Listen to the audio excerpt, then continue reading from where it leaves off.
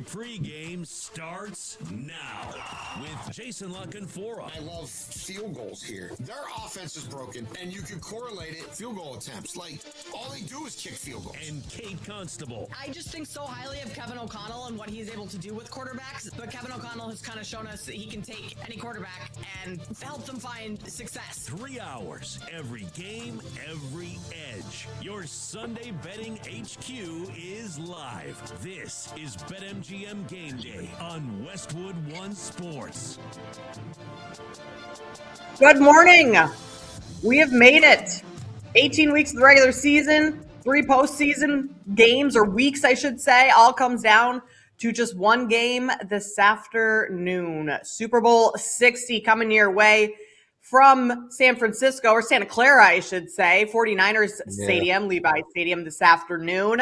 And we have plenty of action to talk about today and plenty of bets to get to for Super Bowl 60. I heard there was over $1 billion bet on the Super Bowl already, which is wild, but not surprising whatsoever, which with how betting has gone over the last couple of years. But here we are, Super Bowl 60. Jason, we've made it to the end as well. Good morning. How you doing?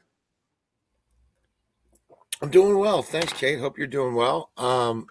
Feels like this game is still 5 days away. I got to be honest with you. You know, you wait so long and then you finally get to this day. And then it's like, man, what time do they kick off? Like 6:30. And then the halftime takes forever. You know, it's just, I'm eager to know how my my tickets are going to do.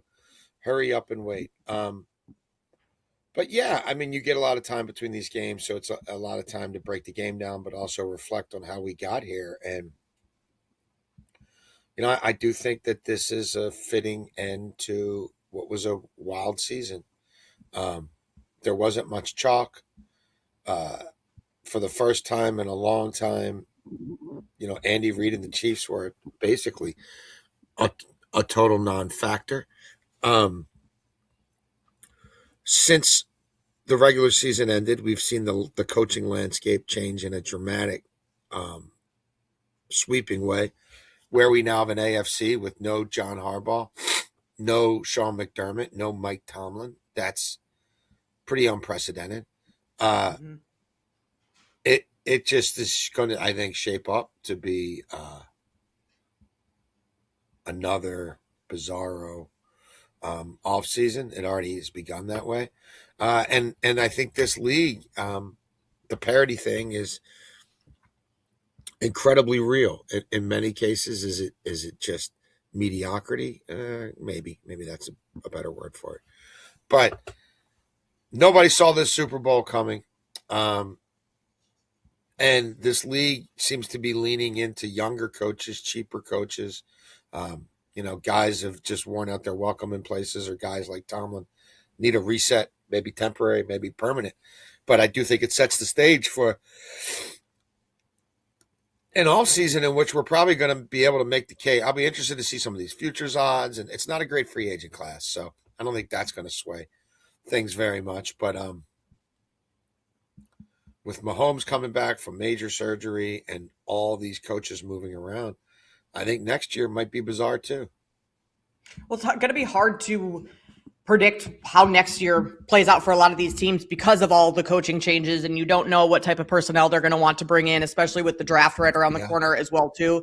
Like, the decisions that they make could be drastically different from where you thought the trajectory of a team is going to go next year because of all those changes. And to your parity point, like, it's kind of nice having a Super Bowl without the Chiefs in it, as fun as it is to watch Patrick Mahomes and Andy Reid and Spags go to work in a Super Bowl. Like, it is kind of nice to have some fresh blood. I would love to know the number of tickets that were placed on a Seahawks to make the Super Bowl or Patriots to make the Super Bowl. Like, those have to be very few and far between, because Drake May in his second year, with Mike Vrabel in his first year in New England, and then Sam Darnold. I was so out on Sam Darnold going to Seattle and having success, because as you hear in the open every time, it's me saying, I love Kevin O'Connell. I think he's great. He does awesome work with quarterbacks.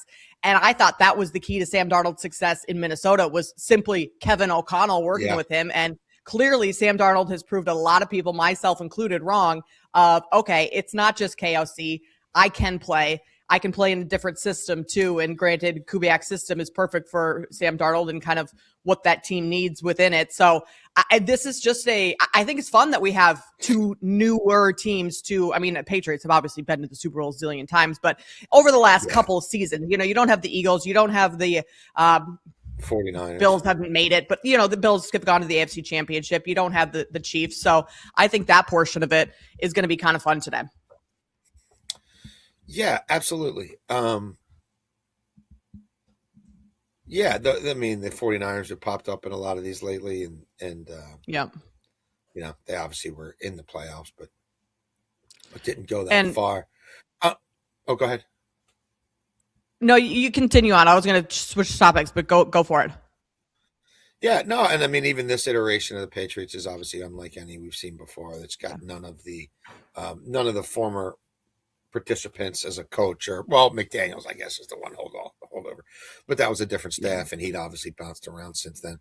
So yeah, I'm sure a lot of tickets came in on these teams as the seasons, in season futures, right? But in terms of anybody suggesting this in August, no, that wasn't happening.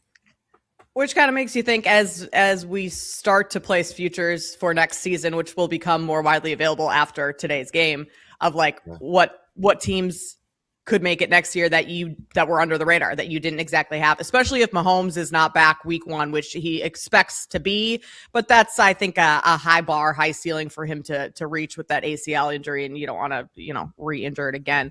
Speaking of quarterbacks, Ian Rappaport, a couple different reports this morning. One of these, has nothing to do with today's game by any means. Bears promoted Press Taylor for their OC job after Declan Doyle just left. Derek Carr, here's a little quarterbacks could be shaken up next year as well. Derek Carr could consider unretiring for the right situation and coaching staff. He would consider unretiring. So would he? Yeah. Yeah. That's great. Right situation, right coaching staff, right dollar amount. He's going to throw that out. I'd consider moving to Rio de Janeiro, Kate. If the right offer came along, I'd consider it. I would too, Jason. Yeah, I'm old enough to remember the Colts picking Phillip Rivers over this guy. Yeah, that's cute. Good for you, Derek.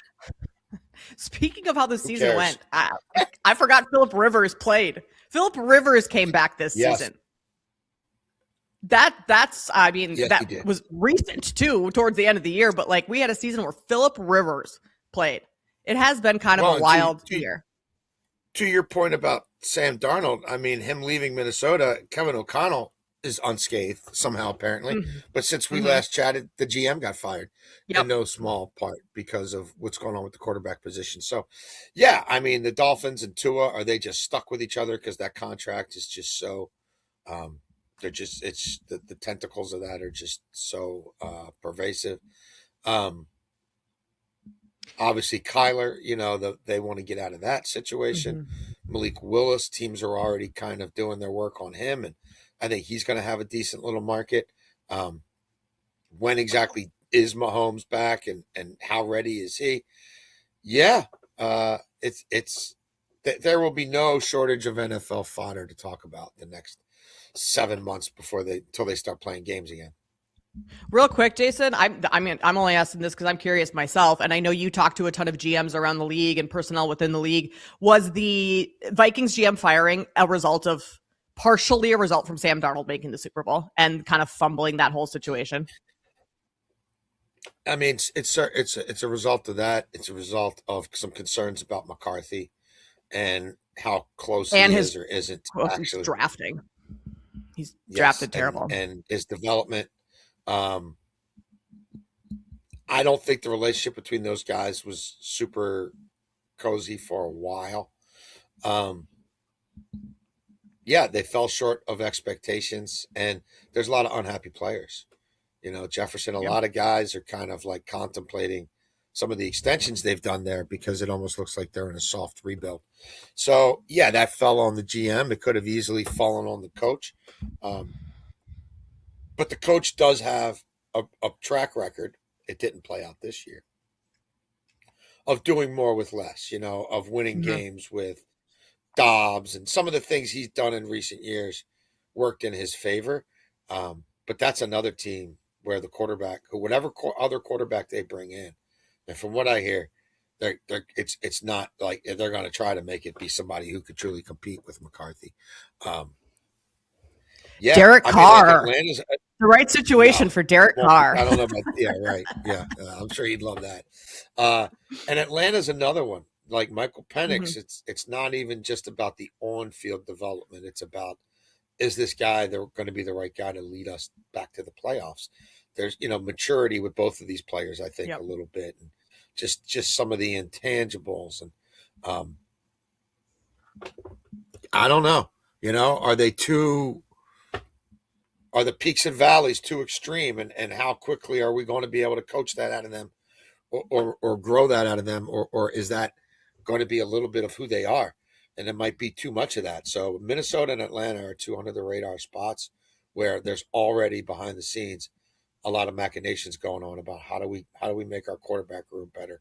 How do we not just prop these young quarterbacks up, but how do we make them fight for their jobs? Do we see Kirk Cousins next year? He's with the Falcons. He's under contract with the Falcons. Does he go back to Minnesota at all? Yeah, that's what I mean. Like, is there a reunion in Minnesota? He could be the veteran quarterback to kind of take impossible, Kate. I don't think that's impossible. Maybe you can go home again. Hey, he loved Minnesota there. They've got a lot of coals, some nice great clips. He fits in. Well, he loved from Minnesota. He's a quintessential Minnesotan. Oh, he fits. I remember watching the quarterback show there. Yeah. Was it Netflix with my son? And he's got what do they call it? They put the needles in you. Acupuncture. And accepted acupuncture, and they never blew his lungs up like what, So he's got his acupuncture guy there who doesn't blow up his lungs. Like, yeah, he's got the whole infrastructure there. He's got some stuff to work with. I forgot, we also did see a report earlier this week that the Falcons are expected to release Cousins before the new league season begins in March. So that could be a potential landing spot, but we don't need to dwell on. Cousins is a free agent. He's got an $80 million poison pill in his new contract on March 13th. He's not going back to Atlanta. Certainly not on that contract. He'll be out. And then if he's a free agent and they do a new contract in Atlanta, which I don't think is happening, no, Minnesota's interesting. Yeah, we'll see what happens there. The Seahawks are going to be up for sale after the Super Bowl, which is interesting. Interesting timing to bring that up. I wonder, players will tell you it's not a distraction at all. And I kind of believe them because it's the business side of this. Yeah. They don't care at all what's going on there. But it's interesting that a team that could potentially win the Super Bowl in 12 hours might be up for sale, and what that does to the valuation of that franchise if they do win this afternoon. Have we ever had a team that is ready to be placed for sale that's competing in a Super Bowl, Jason? Like, that seems a little funky, the timing of it all. And I know they were planning, the family's been planning on selling the team, and maybe you go out on top. Yeah. I mean, when Paul Allen had a succession plan built into his legal documents before he passed, and his sister was going to be the overseer for a period of time. And I think, they had a lot of sports holdings. I'm pretty sure there's already deals in place to sell the Blazers, and I think to sell the Seattle Sounders. And obviously the biggest piece of their pie is the Seahawks. I don't know. I can't recall a team being essentially on the market or soft on the market while in a Super Bowl. It may have happened before. But no, I don't think the players are concerned one way or the other. These things take some time to sort out. In the short term, it doesn't affect them. It doesn't affect them at all. More now, like people in the front office, marketing, communications. Oh, for sure.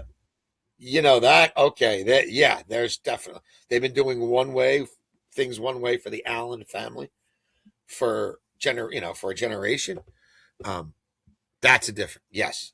There's definitely some people on that side who are a little bit uncomfortable. Tom Brady is not uncomfortable watching this game because he has no rooting interest in it, Jason. I find that hard about to believe, but Tom Brady's playing the nice PR card. He's doing exactly what he should as another owner within this league, and an owner that could potentially be hiring the offensive coordinator for one of these teams, Clint Kubiak, to coach the Las Vegas Raiders next year. Yes. And so that's why he doesn't want to. He's rooting for Clint not to pee down his leg. Exactly. Yeah. Doesn't want him to pee down his leg. Doesn't want to piss him off at all. And then you can't, I mean, with his ties to the Patriots, like, you'd have to imagine he's going to be rooting for him. His former teammate Vince Wilfork called this bullcrap and a political stance interesting. And Gronk said he probably just wants to be the quarterback in the game. He's that competitive, and so Brady's just not going to take sides. But like, come on, Tom, we're not all stupid. You have some rooting interest in this game. Gronk is getting a paycheck from Fox like Tom, so. Yeah. Gronk, take anything Gronk says with a grain of salt. I think he's in a weird situation. I mean, he's Josh McDaniels. He spent most of his career with, and that's the offensive coordinator of the Patriots. As much as I said the Patriots thing is totally new, Josh is the one holdover, so you can't tell me there's not that. And look, I know how this guy's wired and what he accomplished in New England. I honestly think if you gave him truth serum, he wants Seattle to win. He wants Clint Kubiak to ball out, and he wants Drake May to pee down his leg. Because Drake May coming in age 22 and doing something right like Brady did, people are going to be like, well, wait a minute. Maybe it's just, the first time the Patriots get a new quarterback who's any good, he immediately, wins the Super Bowl. And, like, there was a weird, obviously nothing's going to top the whole Drew Bledsoe gets a massive contract and then gets hurt and Brady comes in.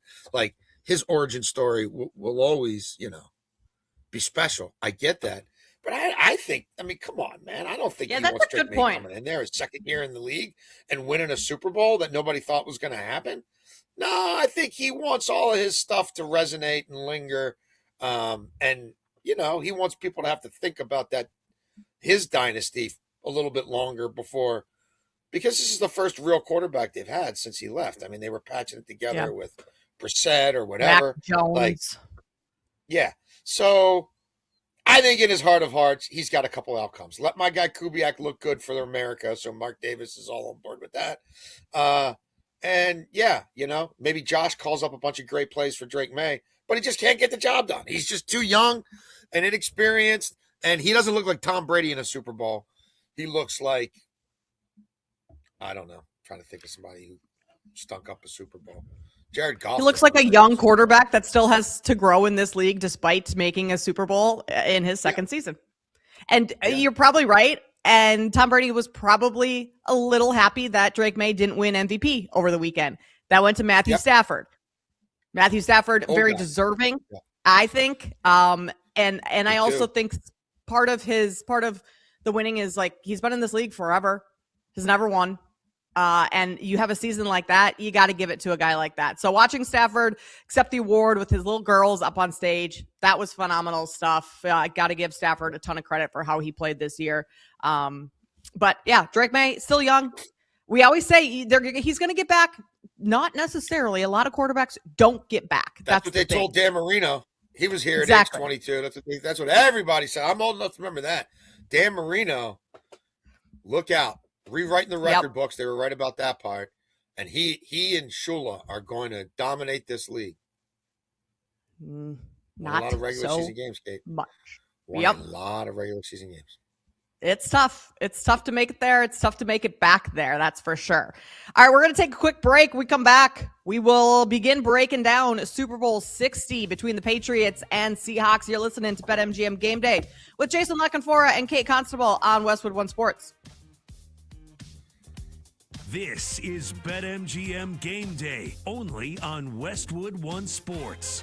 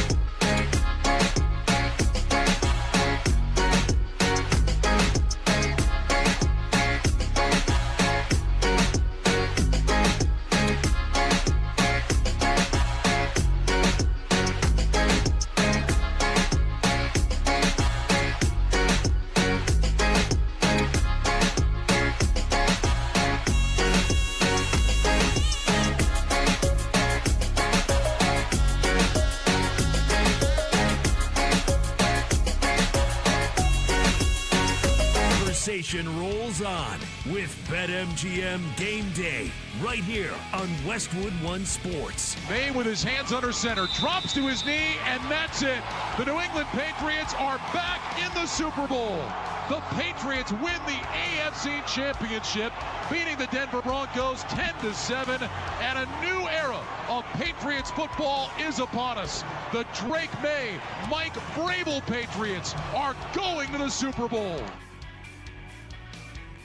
Patriots are back in the Super Bowl after knocking off the Broncos in the AFC Championship game. That sound credit of Westwood One, station you are listening to right now. Jason Lockenfor and Kate Constable here with you. That AFC Championship game was a blizzard in the second half, specifically the third quarter, and kind of changed just the trajectory of how the game was being played and what teams were, had to do in those types of elements. We won't be getting that today out in Santa Clara, where Super Bowl 60 will be kicking off in just a couple hours. Jason, the line has stayed pretty much even, not even, but it stayed set all week with the Seattle Seahawks.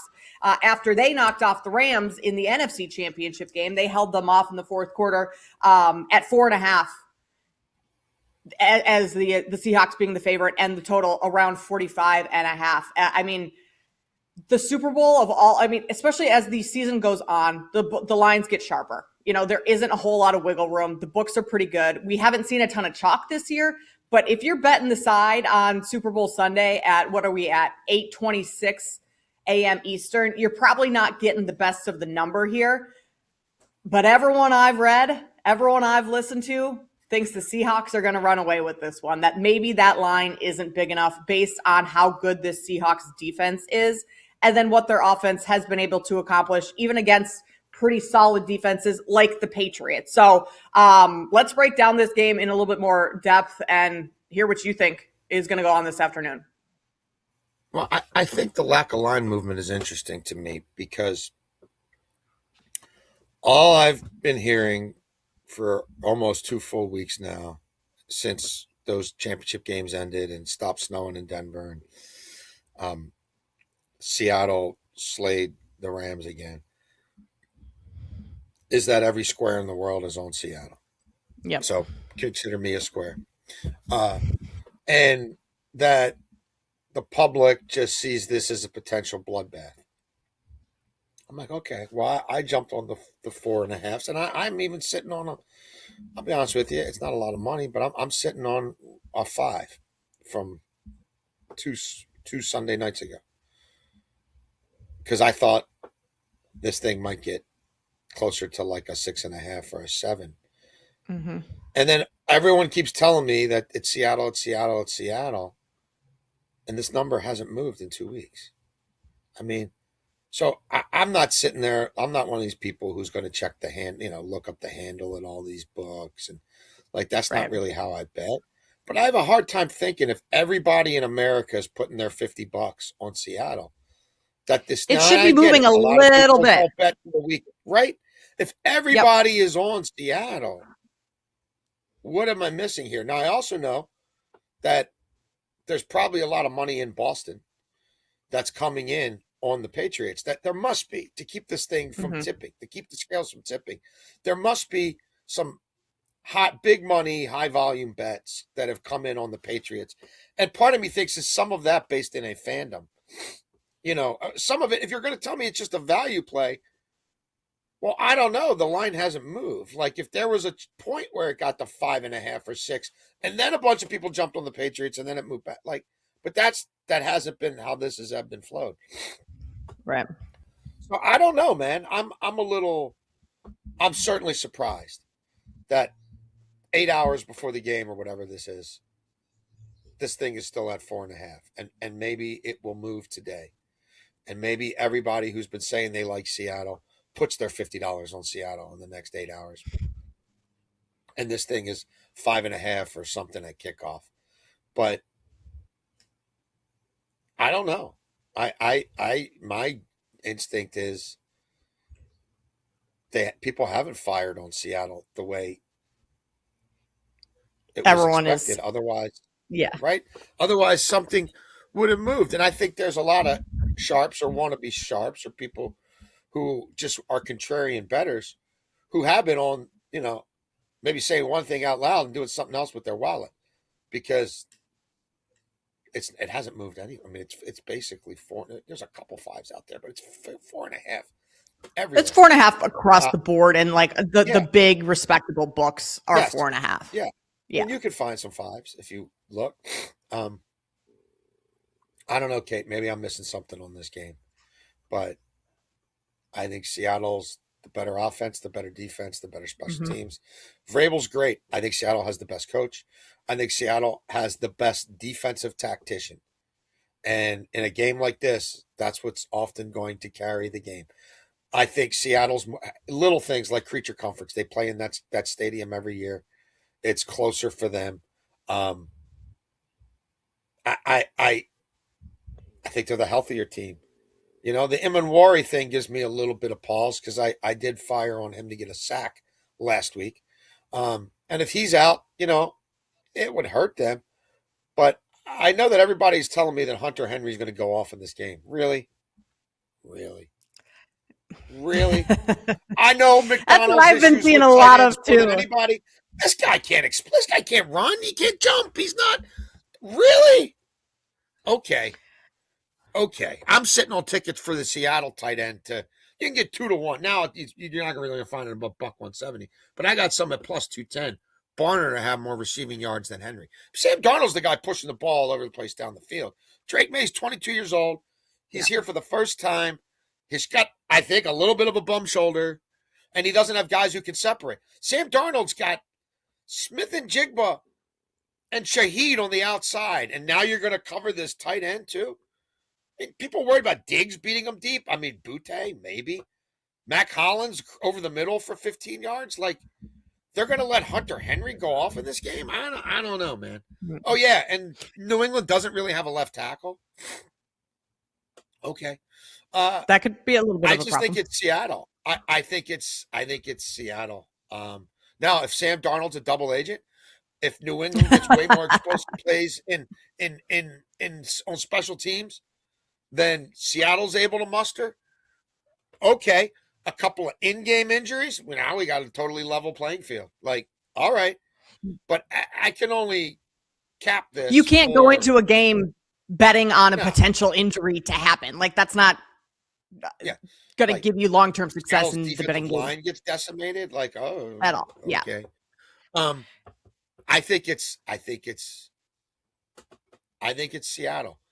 And, like, I think about this game, and I keep coming back to, boy, I think New England's going to have a hell of a time holding this offense below 27 or 28 points. Man, I think Drake May and Josh McDaniels, I think they're going to have a hell of a time scoring more than 17 points on Mike McDonald's defense.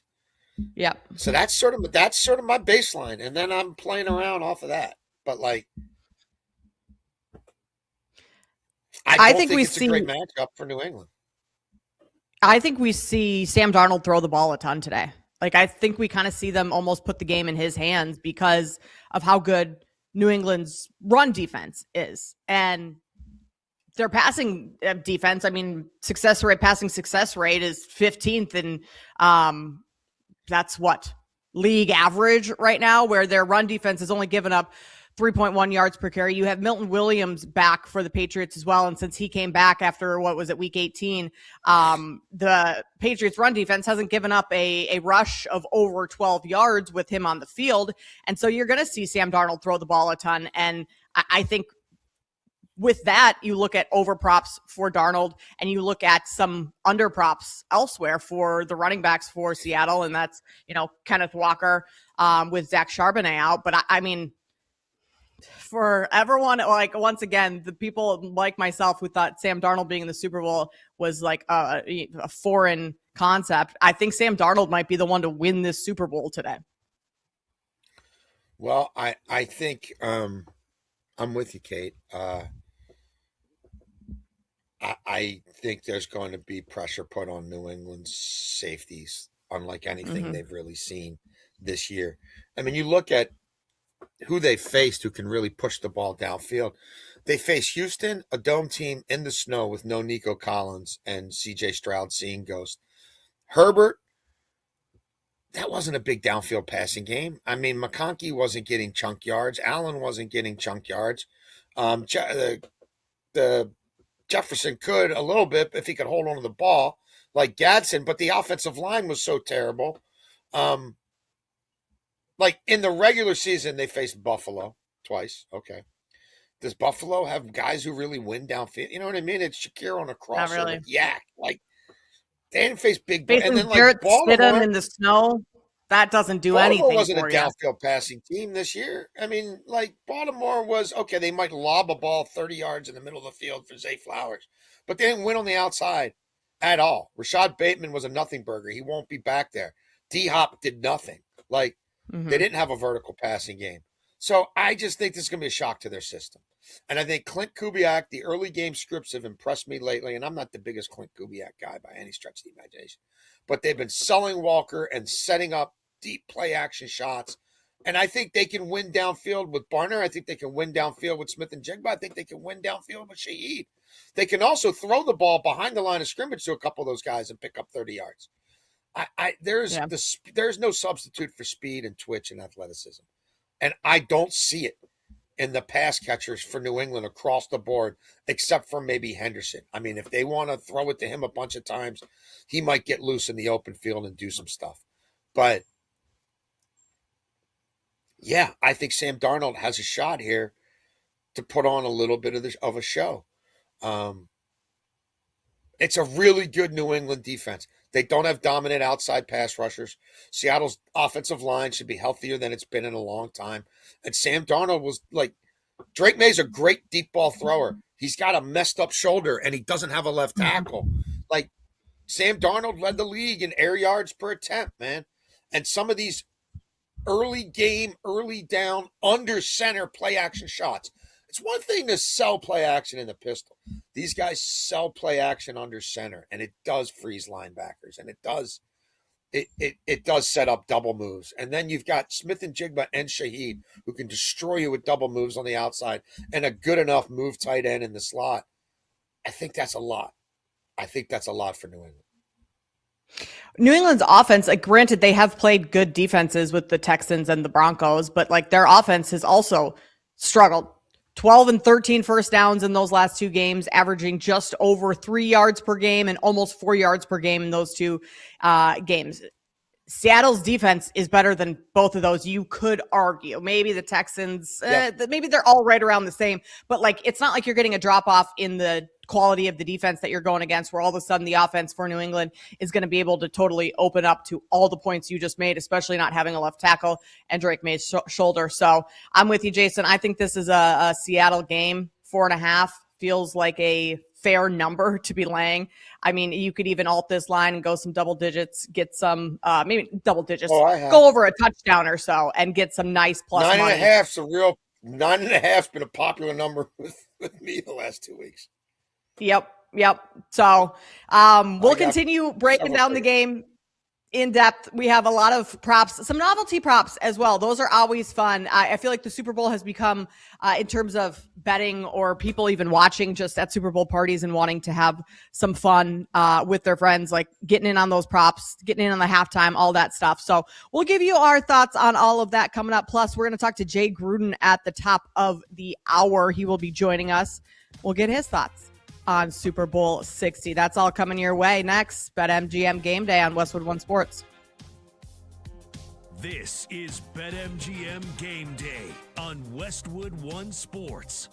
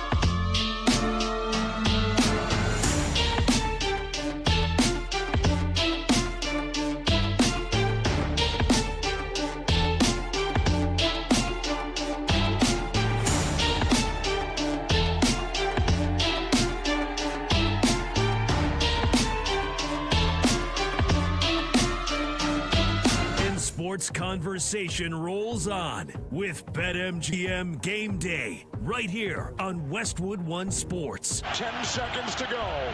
Rams at the 30 down by 4. Shotgun snap to Stafford. Sets in the pocket. Plenty of time.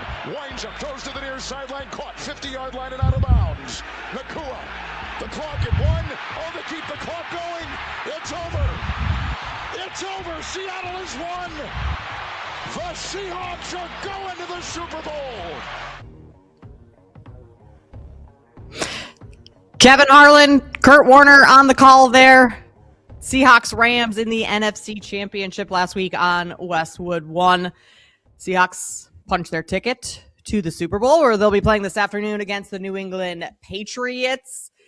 We will talk to Coach Jay Gruden about 20 minutes from now. He's going to join us to help us break down the game, give his thoughts on what we can expect later this afternoon. But for now, we are going to bring in our executive producer, Brandon Combs, and play a little game of Hot or Cold.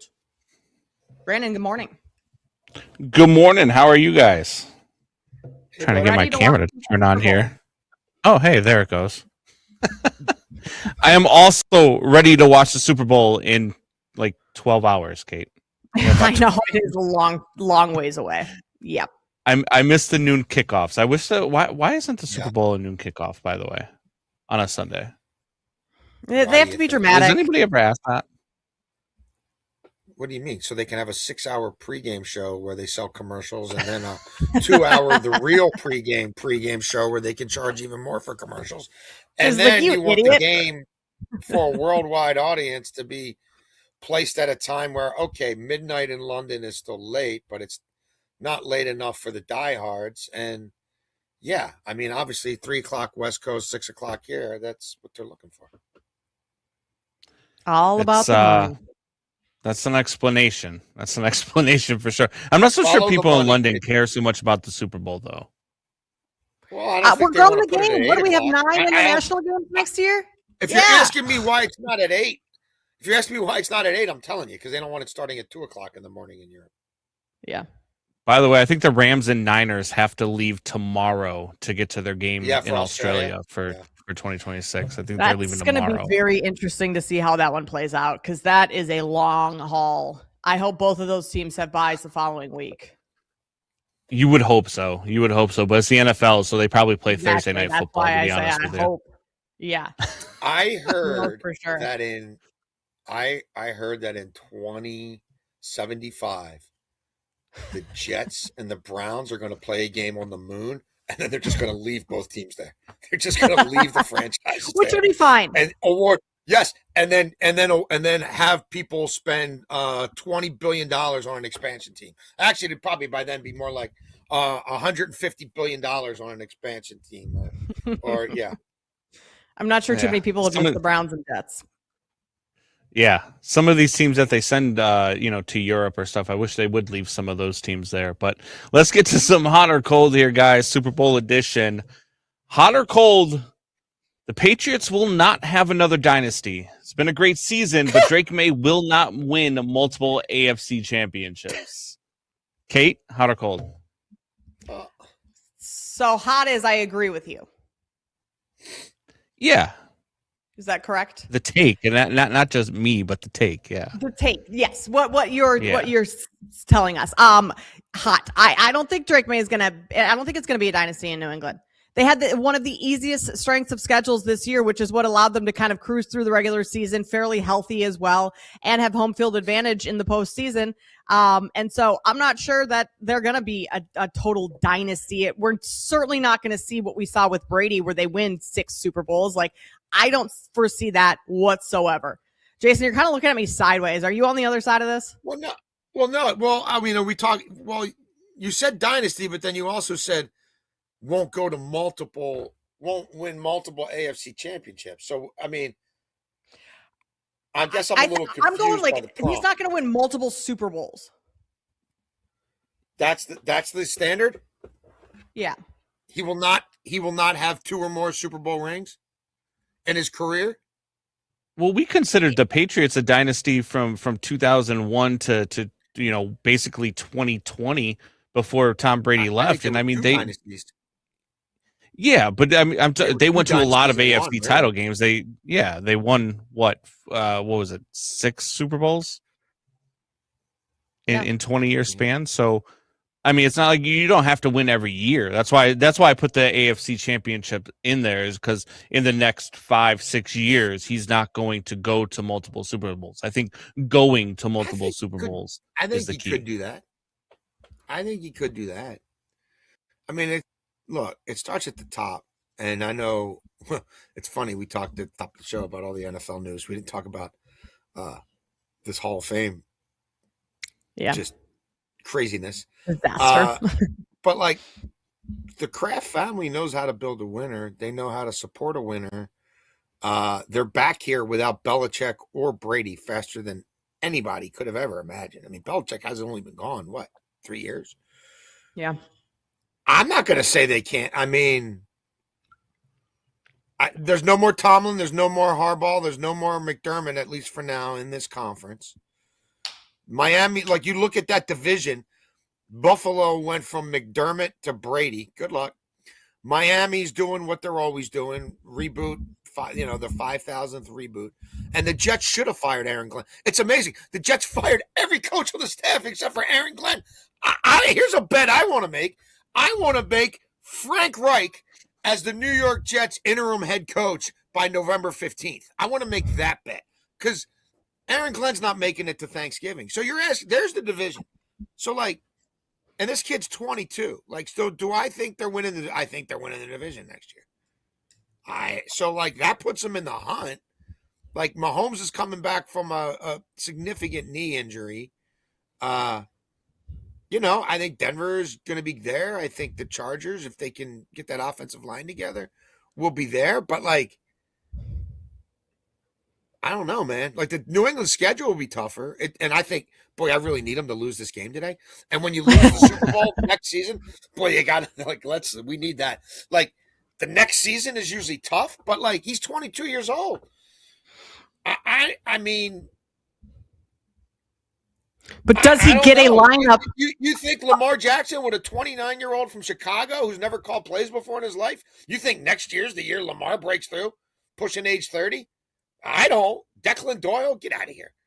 Like, go find anybody who's worked a long time under Sean Payton without calling plays, who's ever done a damn thing once somebody else lets him call plays. Right? It didn't work out for Carmichael. It didn't work out for Lombardi. It didn't work out for Johnny Morton. If you want to tell me Dan Campbell, okay.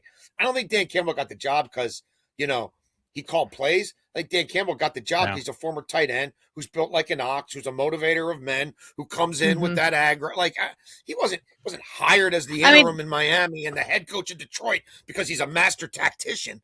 No, he's the leader of men. He's the former player.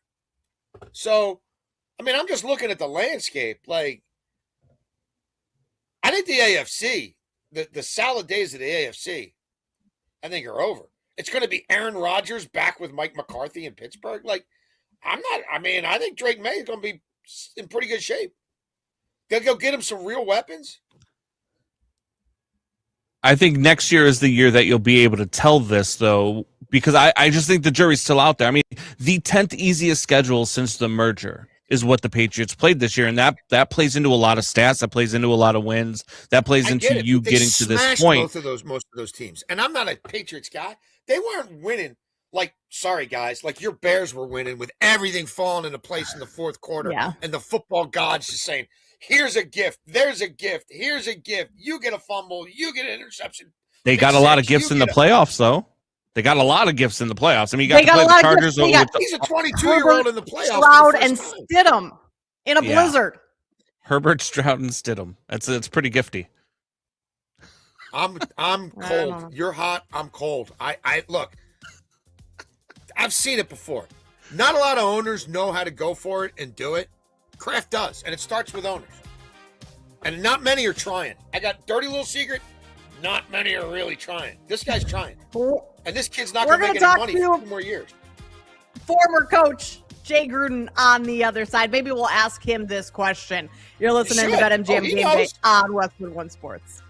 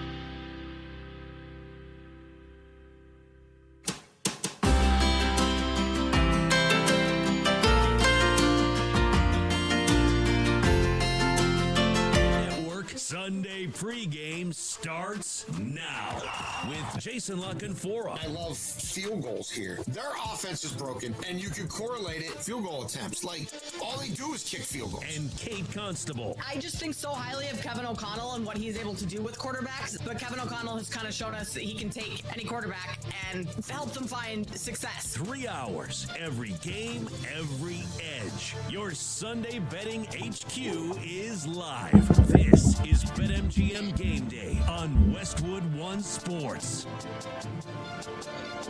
BetMGM Game Day rolls on as we get you set for Super Bowl 60 this afternoon. Patriots and Seahawks kicking off later this evening.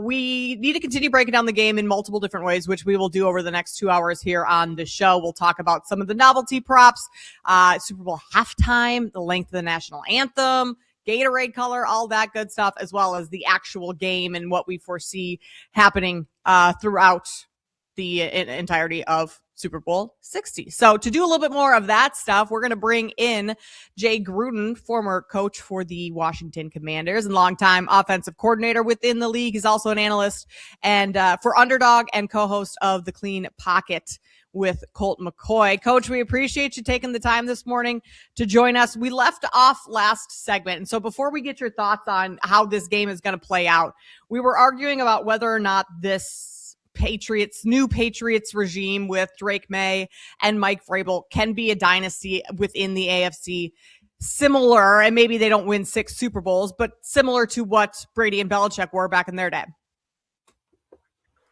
Yeah, that's a little far-fetched to me. I mean, they're a good football team. They did a lot of good things in the offseason. People don't realize how many new starters they got on their team.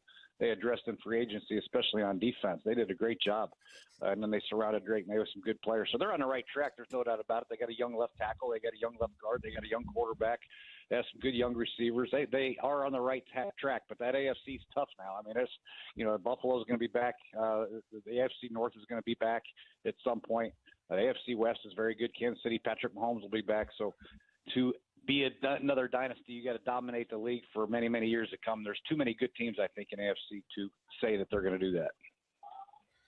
Well, Coach, when it comes to this game today, maybe I'm a little old school or naive or both, but when I look at this matchup, if you ask me if I could have one defense, I'd take Seattle's. If you ask me if I could have one offense, I'd take Seattle's. And if you ask me if I could have one special teams unit, I think I would take Seattle's. Do you disagree with any of that? I don't disagree, no, but that doesn't mean New England can't win. It's sure. Oh, absolutely. They play a critical role. Yeah.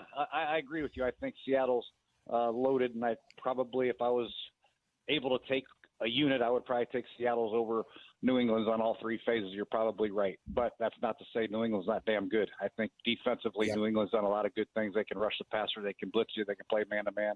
They have 2 excellent corners.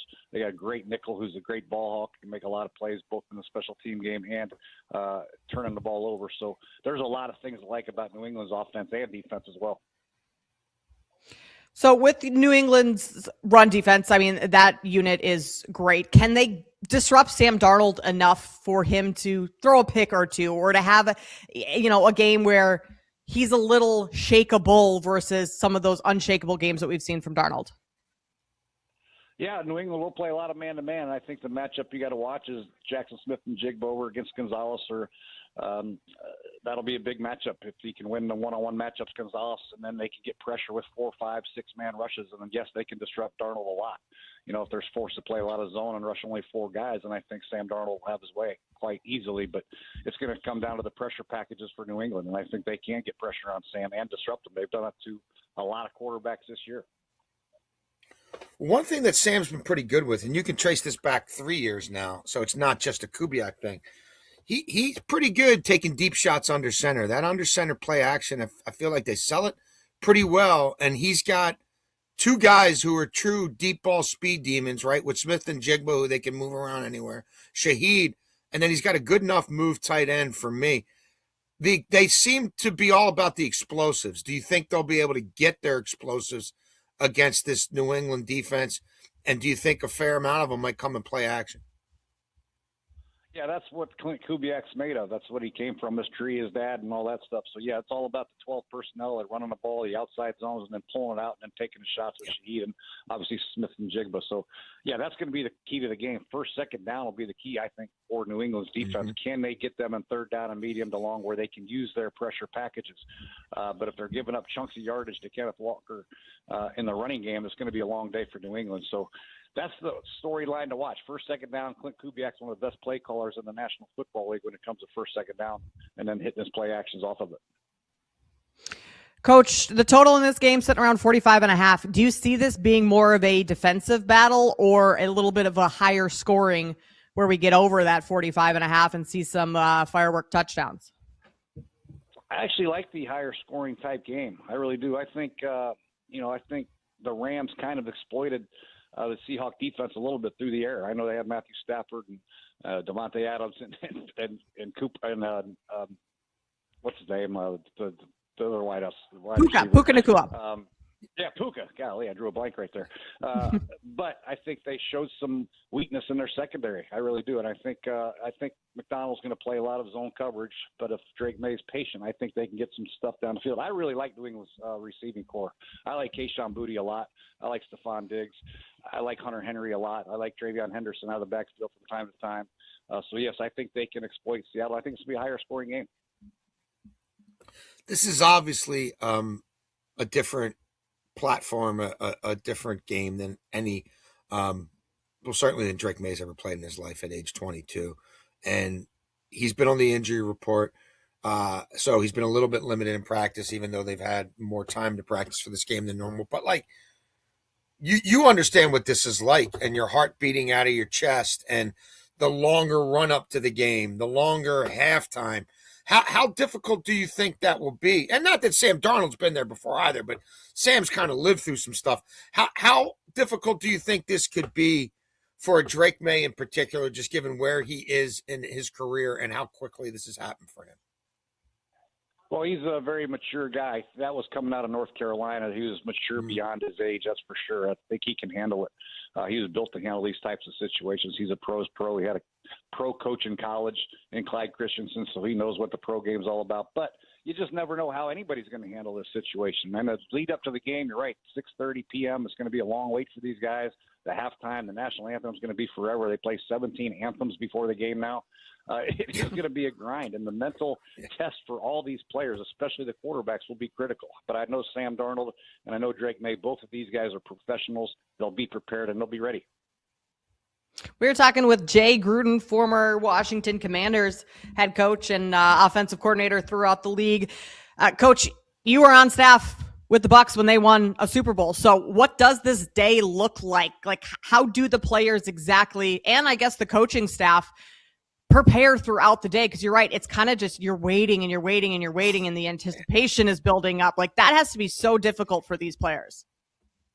Yeah, I think you got to try to keep them occupied in some way, shape, or form without overdoing their mind. You know, they had 2 weeks to prepare for this game. They'll be mentally prepared, but I think it'll be good for both coaches to get their team out for a walkthrough this morning and just go through the first 15 and any other adjustments you might want to make throughout the course of the game, any tips and reminders, any blitz pickups, whatever you might want to do just to get them off their feet and to get them thinking about the game, then get them back in their room, let them rest, and then get to the stadium, try to be as normal as you have been. You get there 3 hours early, you do your normal workup, your workouts, your routines, your stretches, all that stuff, your preparation, and then you go play, and you try to keep it as normal as possible, even though it's not normal, but you try to keep it as normal as possible for the players.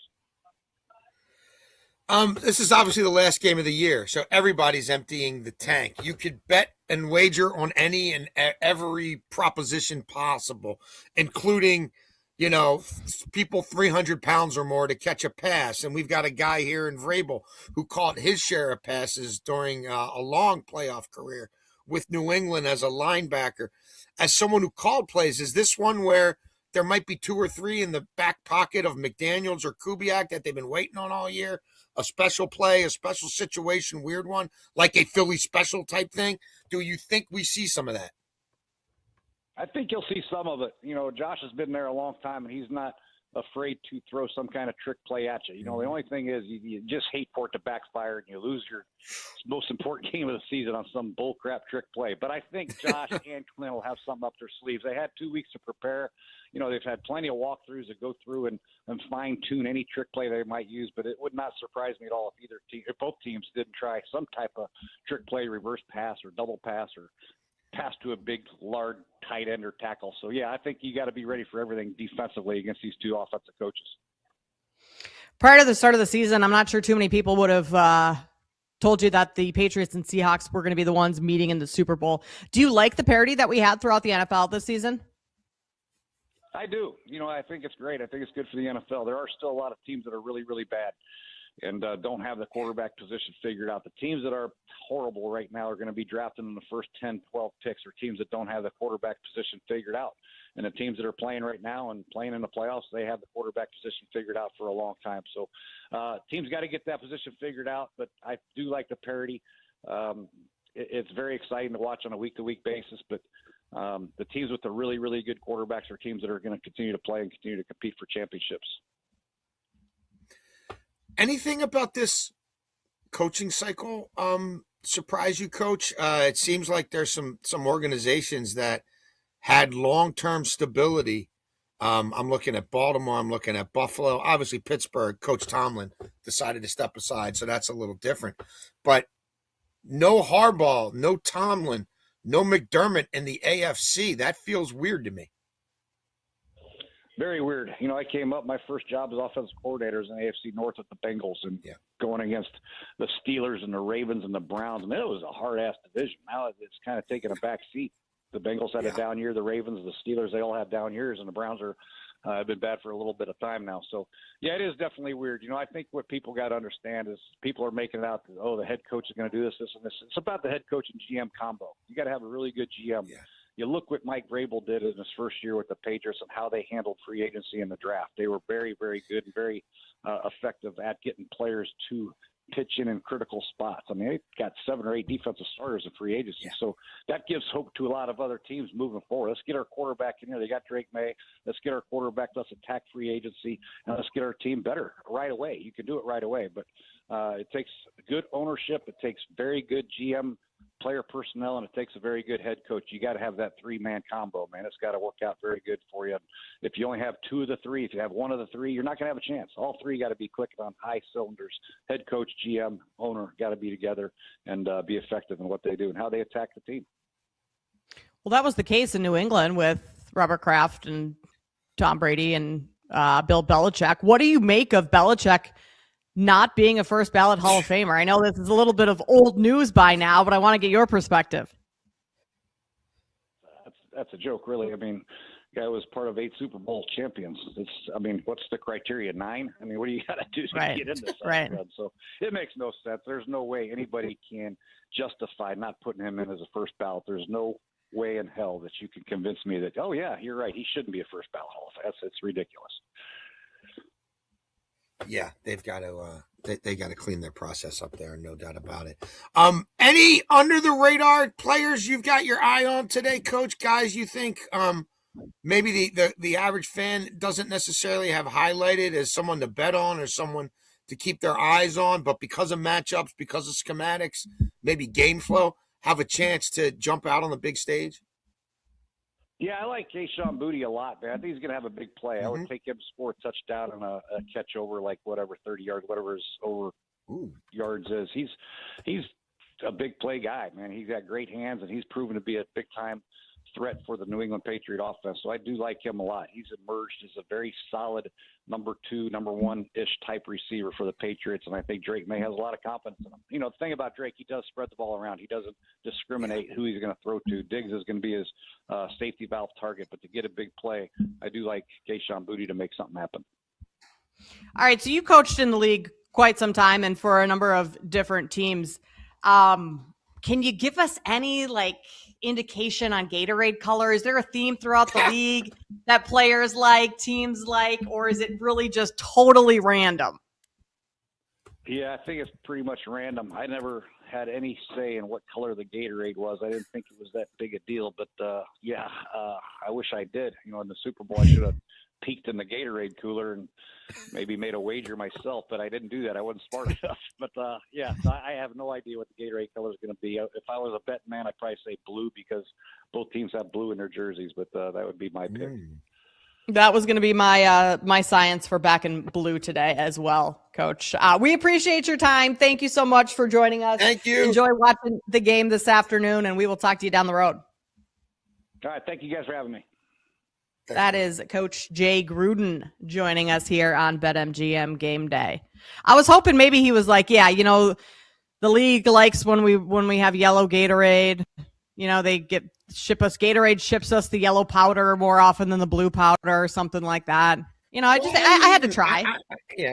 I don't even know the mechanics there. Like, I'm guessing they have jugs of several different flavors available, but you just don't know which one the guys are going to pick to use it as the one to start the Gatorade shower. Right. It's like whoever, right. I mean, I'm guessing there's 3 or 4 different flavors available in the big jugs. You just don't know which one's going to end up on somebody's head. But there might be more of one color that a certain team likes than others. So there's so many things to handicap here. I just don't.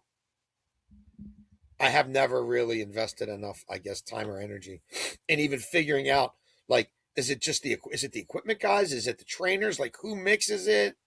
Like, you know what I mean? Who decides if we're going to go with 2 reds and 3 greens or 1 yellow, 1 green, 1 blue? I don't know. And is there water in any of those? Because clear/water is on the board. So you could get like the cherry glacier and water. So it's kind of a twofer. Maybe some value there. Like these are things, Jason, that never we have see water though, do you? I mean, no, you really don't. Go out of their way to make sure it's not water. Like to make sure it's Gatorade. Like, since this goes back to Parcells back in the day, I feel like it's a color. You're dousing the guy with right. With not water, with a product. Yeah. Well, that's why they call it the Gatorade bath or the Gatorade shower, because it's usually all Gatorade. Right? Yeah. All right. That's enough on Gatorade. We'll talk about that a little bit more later on in the show. We'll also talk about the national anthem. Number of times Chris Collinworth says, well, here's a guy. Lots more to come on BetMGM Game Day. Jason Lockenfor, Kate Constable here with you on Westwood One Sports. This is BetMGM Game Day on Westwood One Sports.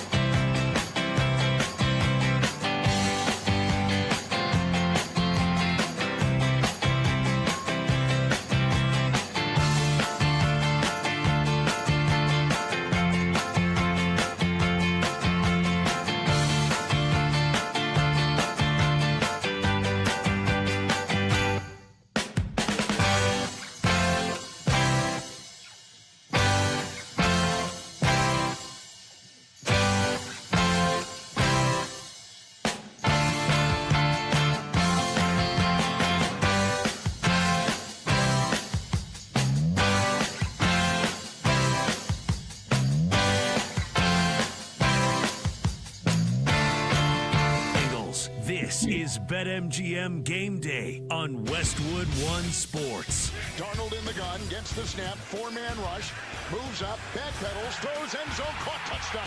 Far side, Jackson, Smith, and Jigba. And Seattle has grabbed the lead on a 14-yard touchdown reception by one of the great young receivers in pro football, Jackson, Smith, and Jigba. Kevin Harlan, Kurt Warner on the call for Westwood One Sports. That's Darnold to JSN for a touchdown before halftime against the Rams in the NFC Championship game. Jason Lockenfor and Kate Constable here with you on BetMGM Game Day. We're going to go to a ton of props here and just run through a lot of these and let you know what we like, if anything, today. I was just alerted by our producer, Brandon, that there are more than 3,000 prop bets that you can make, and a lot of those being kind of the novelty fun stuff. But like, if there's something that you want to bet on the Super Bowl, you do a little digging and you're probably going to find it, because 3,000 is wild. That also means you have 3,000 that the books had to, clearly go through and price correctly. I mean, if you have the time and the energy to go through all those 3,000, you could probably find a handful that are wildly mispriced and make some money. I, for one, have not and will not be doing that before the Super Bowl, at least all 3,000 of them. But we do have some that we want to go through here this morning. So we will bring in Brandon, our producer. Throw some out for us, Brandon, and Jason and I will tell you if we like them or not, or what we're betting. Yeah, absolutely. There's so many crazy ones out there. I wanted to go through some of the fun ones. You talked about it with Coach Gruden just before you guys let him go there. So let's start with it. What color Gatorade will be poured on the game-winning coach? Is it orange at plus 250, blue at plus 300, yellow, which is my favorite actually, the lemon lime at plus 450, green plus 600, and purple? Kate, which one are you going with? I'm going with blue. Like Coach said, both these teams, blue in the uniforms, kind of their main color here. And blue, if we want to go back a little history here, blue has hit in 3 of the past 7 Super Bowls. Now, I know that's not like a great percentage, but 3 of the past 7 versus, yellow hit last year. Purple had its run. I think it's time to bring blue back. So we're going, Jason, blue as the Gatorade color today. I just don't have enough information to go here. I haven't put the work in. I've tried to quantify and handicap a lot of different potential outcomes in this 4-hour football fiasco, or fiesta or whatever. This is not one of them. I just don't. How do they even, where are these odds coming from? How much thought is going into that? Is it based on past performance? Is it based on what these teams have been doing during the regular season? I don't know. I have not sought out enough truths or avenues to truths to even fancy a guess. I'm so bad at this because we had this discussion on my radio show in Baltimore. I didn't realize that yellow and green were 2 different things. What is considered yellow, I always thought of as greenish. I thought they always did yellow and green as together. There was only one flavor of Gatorade most of my life, and I just kind of thought it was green. But then they tell me there's a dark green, so the one that I kind of thought was greenish yellow and just thought of as green is actually yellow. Or maybe I'm just colorblind. So I have a friend who's an odds maker. And that would be yellow green, right? Lemon lime. Yeah, the lemon lime is yellow. And so I have a friend who's an odds maker, and he went through these, and I was talking to him about it the other day, and he was the one who was helping put a lot of these together. And the thought process in Gatorade and that type of stuff is they go through past Super Bowl wins, when the Seahawks won, when the Patriots won, see what colors they used during those years, see what colors other teams have used throughout the years to make the favorite, which orange is the most used Gatorade in Super Bowl dumpings, I guess, for Gatorade. I think my favorite is yellow, and here's why. I think the Seahawks are going to win. Seahawks' third alternate jersey is the lime green jersey, right? Like, so I think that the Seahawks could go with yellow. It's plus 450. I mean, look, I could turn $10 into 45 and be okay with that. Have you parlayed that with anything else? Yeah. You'll find out here in a little bit. Coin flip and length of the national anthem. I don't want to ruin fade or follow for you. I don't want to ruin fade or follow. Oh, so we'll find out. Impossible. It's such an amazing segment. There's nothing you could reveal now that still wouldn't make fade or follow the best highlight of my week. Hold your horses. All right. Who will dump the Gatorade on the winning coach? Offensive player is plus 125, defensive player minus 160. And as a side note, a quarterback has never dumped the Gatorade on a Super Bowl winning coach. It's never happened with a quarterback. So who will do it, JLC? Offensive player or defensive player? See, I have a thought process for this one too. I bet you do. I mean, I feel like, see, again, this is me. I'm a dinosaur. Like, this started with defenses. It started with Parcells guys. He's a defensive coach. Belichick running the defense. So I think of it in that way. Obviously, if Seattle wins, they got a defensive-minded head coach who also calls all the plays on defense. I think Seattle's going to win. Again, I would never put I wouldn't put monopoly money on this, let alone real money. But I think defense. Also, you kind of, like, in my mind's eye, I could see Darnold on the field, kneeling it down. You know what I mean? And then the defense of Seattle's off the field, and I think Seattle wins. And I think all his guys, who he's coached up the most on that side of the ball, are ready to douse him. But, I mean, I can't believe those words came out of my mouth. Jason, that's a well thought out answer. Like, maybe you do need to put a little monopoly money on this, because that was a. I need a few more jobs first, Kate, and then we'll think about that. I'm plenty leveraged on this game. Don't you worry about that. Like, I don't. No, and especially anything else on Seattle. No, I don't need anything else that's Seattle related. My positions. Yeah. No, I think you, which this is so stupid to say too, but like, I think you lay the juice with this one. You lay the 160. It's a defensive player that's doing this. They're the big boys. They're the ones that pick up the Gatorade. You're not getting like a wide receiver doing that.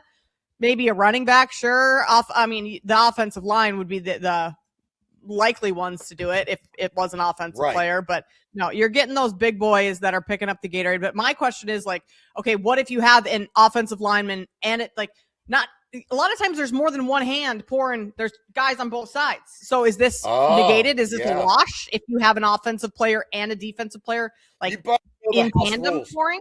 Do your homework. Yeah, we need to know, because I'm not laying minus 160 if I don't know those rules ahead of time.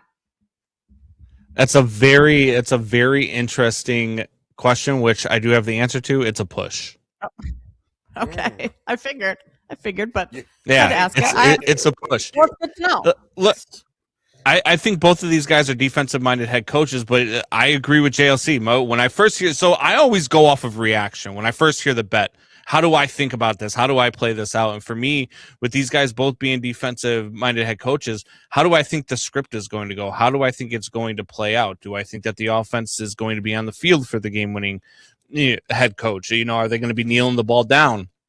Or is it going to be a final play that results in a touchdown? Where are we in overtime? Are we getting Kenneth Walker III running it in? Then obviously the defense is the one on the sidelines. They're going to be the ones that pour it in. I think it's defensive coach too. I think it's defensive player too, because I think both of these coaches relate more with their defensive players. But if the defense happens to be on the field, then all of a sudden, you're looking at plus 125. So Grant see. Has sent in maybe the greatest in the history of our, what do you call this, chat? Internal messaging system here in the history of this show. I think Grant has just contributed the most meaningful entry ever. I remember Russell Wilson poured the Gatorade on Pete Carroll. So what do you say to that there? What do you say to that there, Brandon? I say prove it. How about them apples? I say prove it, because I know you think Grant. When I looked it up, there's a sanctity at play in the Gatorade gambling markets. Do I think Grant would lie about that? I mean, I do a podcast with Grant, so there's a lot of things that Grant's wrong about. Just going to throw that out there. Oh, wow. A lot of things fired. that Grant's wrong about. That's So, really, All right, Brandon. Last show of I the don't year, think and you we're would getting make that up. yeah, it's I a don't thing. remember anything, but It's I don't think either you it can happened make or that it up. didn't, and there has to be evidence out there. Like there's a video somewhere, right? AI. We can pull that could up. be AI. I'm sure. Oh, that's AI. true. Yeah, I don't AI believe might anything. get I don't believe any evidence. Yeah. Dang. He's in a lose-lose situation. All right, so Charlie Puth is doing the national anthem. Charlie Puth, for those that don't know, he is a singer. He has autism as well, so I think that plays into this next bet too. Is Okay. the length of the national anthem over 120 and a half seconds is minus 110. Under 120 and a half seconds is minus 110. So basically, do you think this thing is going over or under 2 minutes? Kate? Oof. You guys know my pop culture is not great. I can't name a single song that Charlie Puth sings, which means like I don't know what his style is like. I have read a little bit about what to expect from the national anthem, and the only thing that makes me point towards the over is that Puth's performances tend to prioritize clarity over dramatic pacing. And as I read that, no, that would make me lean towards the under. So I'm on the under because I think he's going to be more concise with his words, less drawn out, big endings, things like that. So, I mean, I wish I had another song of his to go off of. And he did See You Again, but with Wiz Khalifa from the Fast and the Furious. It's been a long day without you. That's him singing that. Oh wow. Still, I'm sticking with the under. I think we're cruising through this. Plus, now, like, I don't forget which one of you said it, but like there's like 7 national anthems or 7 songs that we sing before the game even starts. Yeah. Like, we got to be moving through some of this a little bit quicker because we got a game to play. So I'm going under on the national anthem. I feel like you could push Puth around a little bit. Puth. I feel like you could push him around, and like if the league wants to strong arm him into like Kate said, let's keep this thing going. I do think I know one of his songs, "Honey, I'm Good" or something like that. Is that him? He did. Totally wrong. My daughter was kind of like into him for a while, not as much as she was into Harry Styles, but I'm familiar with him. I think he did. I think he sang a song like "Honey, I'm Good." He did one with Selena Gomez. I remember that. Well, that would have been wheelhouse because we definitely saw Selena Gomez at the Timonium State Fairgrounds a long, long time ago. I say under with zero conviction. Yeah, I'm under too. I know who he is. I think I'm going to look it up. "Honey, I'm Good." I think that's the way "Honey, I'm Good" is Andy Grammer. Oh, yeah. There you go. But I'm under 2. The way he performs, Grant's killing it in the message thing, man. Yeah. Grant, you want to do the next segment for me? I'll throw stuff in the chat and you talk. No, I'll leave that. All right. Let's switch it up like Freaky Friday or something. Here's another fun one. Amount of times Chris Collinsworth says, "Well, here's a guy." Over 1.5 is minus 210. Under 1.5 plus 185. JLC, where are you going with this one? I gotta be honest. I don't really know that is this a tick for him? I didn't really know. Like I didn't know this was like a signature. This is his thing. I would be much more interested in how many times does he mention Patrick Mahomes in this broadcast, even though or Josh Allen. How many times has he mentioned Patrick Mahomes or Josh Allen in this broadcast, even though they have no business being in it at all? The over-under on that is 2.5, by the way. That exists? There's actually a market for that? It exists. Yeah, there is a market for that. Oh, my God. For those two combined. Because I think they each get 1. I mean, I think 2 is baked in the cake. 1 mention of Mahomes and 1 mention of Josh Allen, for me, is baked into the cake. Now, where that third one matriculates from, It's just Mahomes. The wager. Just Mahomes. Yeah, the market Mahomes is just himself gets 3 Mahomes. mentions. Yes.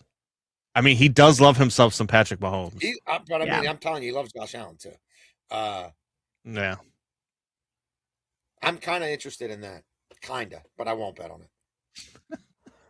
I mean, I think you got to take the value in the under of here's a guy. Plus 185. I'm not laying minus 210 on the over. If I'm going to take an over, I want an alt line, and I don't think they have alt lines out there on that one. So I'm going under, Brandon, on that one. I like the over because he just says it too much.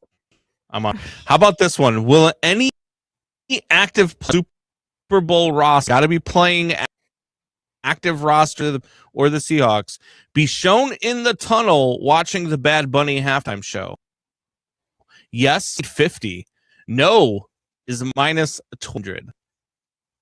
Yeah, no, not going to happen. Why would they? I mean, I know the halftime show's long, and they have their little talk in the locker room, do whatever, and then maybe they have some time. But no. No. Minus 1,200, Jason.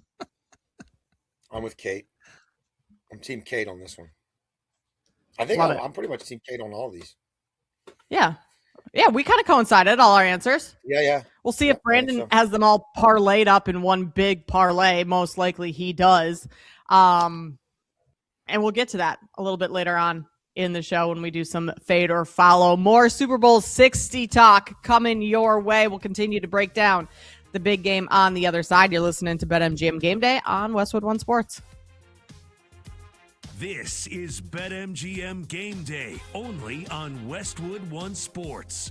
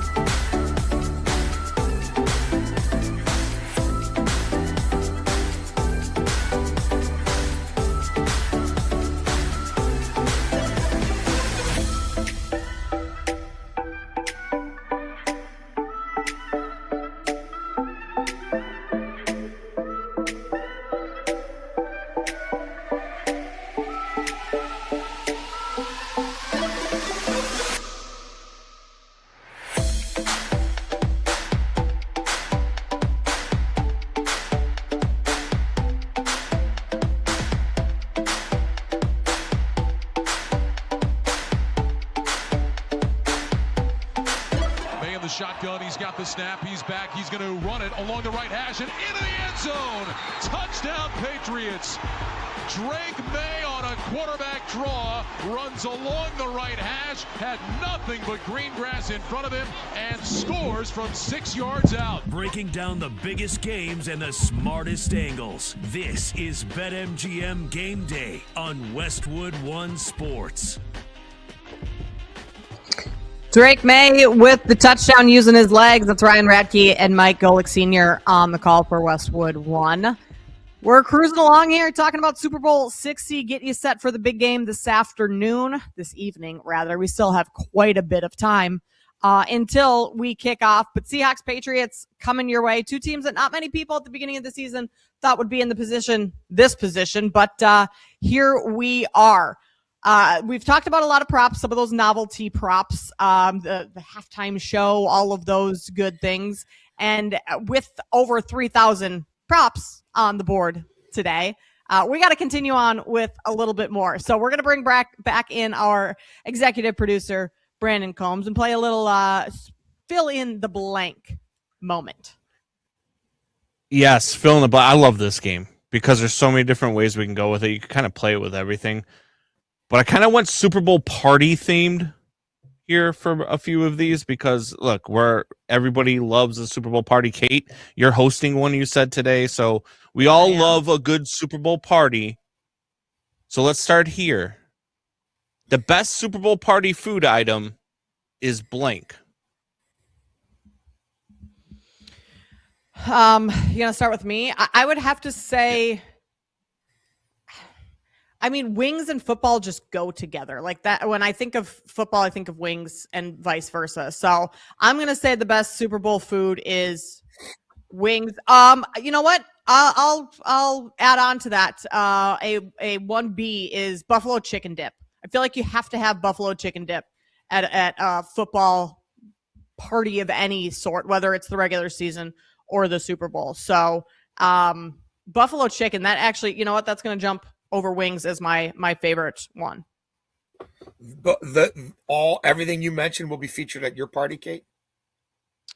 We will not be having wings who's today. Who will the number one star of your Super Bowl party be? What are you most excited to get feedback on? What food item? Like, do you think is going to be a home run? Probably the buffalo chicken dip, because my husband and I we came up with a new recipe this year.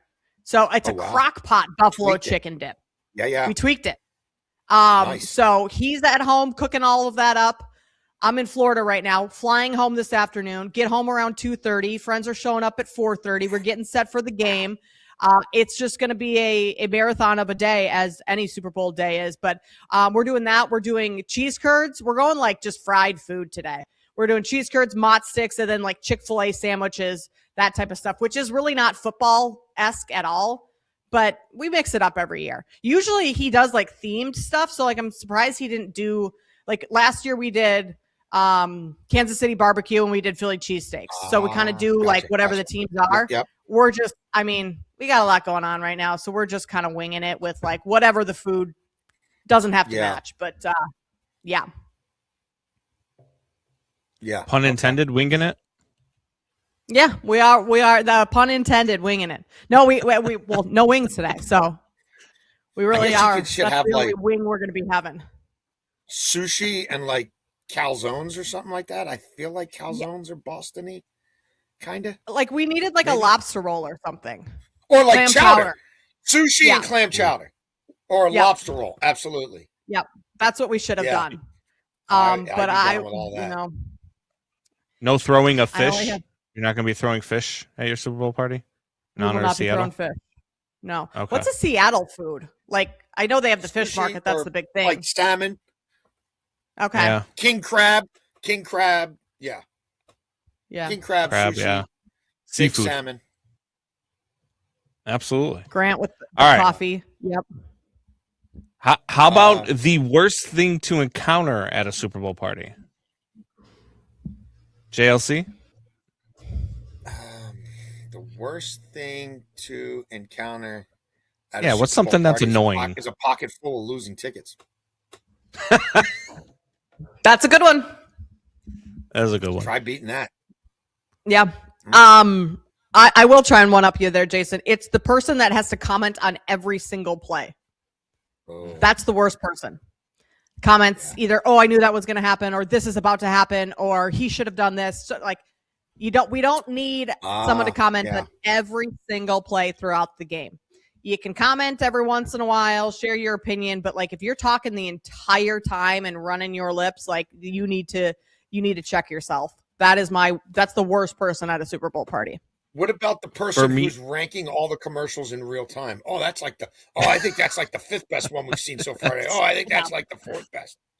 Yeah. That person for me, needs to take the commercial. It's the guy who has the squares or has the strip card, who, with 6 minutes to go in the quarter, is going over every damn scenario that he needs to hit his square. And you're like, guy, I don't like, for real. Like, this score could change 17 times in the next 6 minutes, and we're going over every scenario you need for your 3 and your 1. Really? Is this what we're doing right now? I hate those guys. Those guys drive me nuts. And that's actually my mother-in-law, who I'll be watching the game with today. Oh, wow. She'll be doing that the entire time. I hope she's not listening.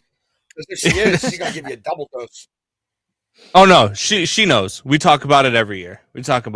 Ma, come on. What are we doing? All right. Let's get to the actual game here. That guy is my mother-in-law. That's my greatest statement in the history of this show.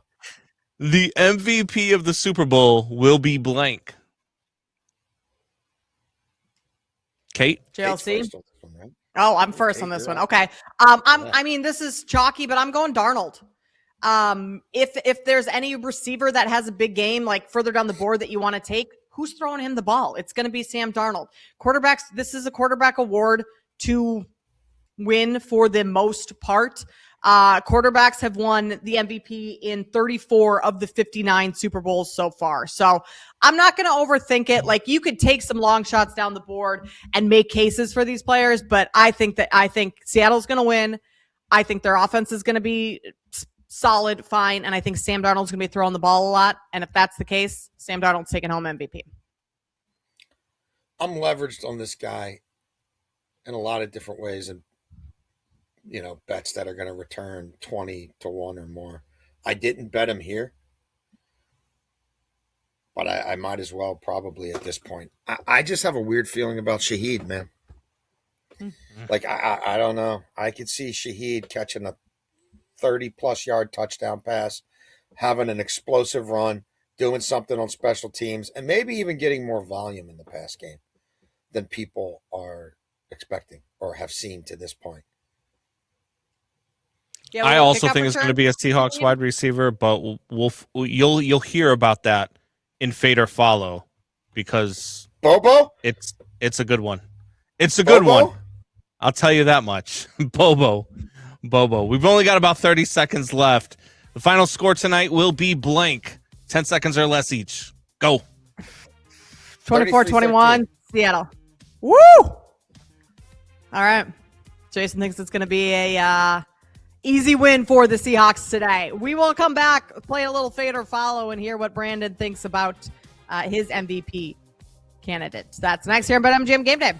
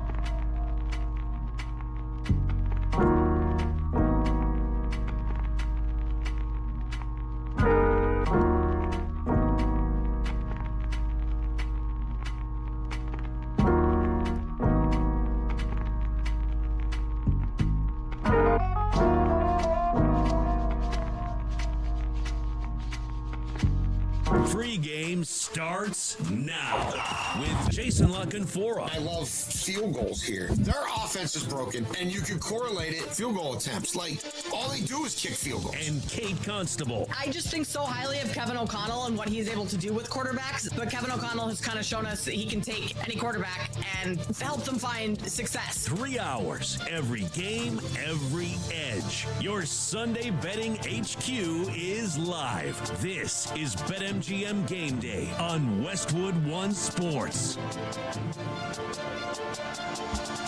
Super Bowl 60 coming your way this afternoon. Out in Santa Clara, Levi's Stadium, we have the New England Patriots and the Seattle Seahawks kicking off this evening. We've been obviously breaking down the Super Bowl and the matchup throughout the first 2 hours of the show, and we're going to continue to do that over the final hour here. A lot of props that we've talked about, a lot of bets to be made, a lot of angles to look at, and we're going to continue on. A little fade or follow, one of the games that we like to play on this show. We have all season long, and typically it's just fade, Brandon. It's like fade or fade. Every once in a while we get a couple follows. So Brandon, why don't you come back in with us? Give us some topics here, and we will tell you whether or not we're going to fade or follow you. Gotta love the old classic fade or fade, even though I win a lot more than I lose. I will say that. Especially with some of these crazier number bets. But let's start with a simple one. Let's start with one I think is going to hit. I know a lot of people think it's going to be a defensive battle today. I think both offenses are going to be able to put some points on the board, though. So I went with the total over 45.5 at -110. Fade or follow, Kate? I think I'm going to follow you there. I think Seattle could put up a decent number and help us get over the total there. What was my prediction coming out of the last segment? I want to say I said 24, 20, 21, which would put us at 25, which would be right on par. I'm still going to say the over. I think Seattle's offense is going to have success today, and I think the Patriots can put up at least 2-3 touchdowns to keep this one moving along. So, Jason, I'm on the over here. Yeah, I don't love this either way. Like, we just did that little exercise at the end of the last segment and, throw a score out there. And I said 33-13. I mean, I wasn't sitting there thinking, oh yeah, that's 45.5, but like, that's right there. The only way I've played totals in this game is I do have a ticket.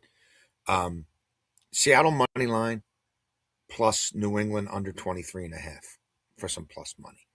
That's really the only way that I've played with totals. I'm thinking about, I want to see where the numbers go today. Like, I'm thinking about playing Seattle. I'm already so leveraged on Seattle. It really, I should slap myself in the face for even saying this. But if you made me, because there's somebody out there who would make me, I'm sure, the gambling gods. If the gambling gods made me make another bet on this game, one that I've been thinking about but haven't made yet is Seattle alt team total over 30.5. Alt team total over. Okay. I don't think that's like totally out of the picture. I think Seattle could have a pretty big day. Me too. I do too. I think both of these offenses do. I'm kind of already prepared for that scenario in a lot of other ways. And there's some other scenarios that I am woefully unprepared to endure. But when we're talking totals here, like I said, I think I can see Seattle winning a low-scoring game. I can see Seattle winning a high-scoring game. I need Seattle to win. Yeah, we did our picks on BetMGM tonight on Friday. I have Seattle winning 33-32. I think this is a high-scoring game, higher-scoring game than a lot of people think. And I think there's a lot of points in the second half. I think a ton of points in the second half. It just goes back and forth. All right, let's go to this one. First touchdown. I've been hot on this market all year. I plan to stay hot.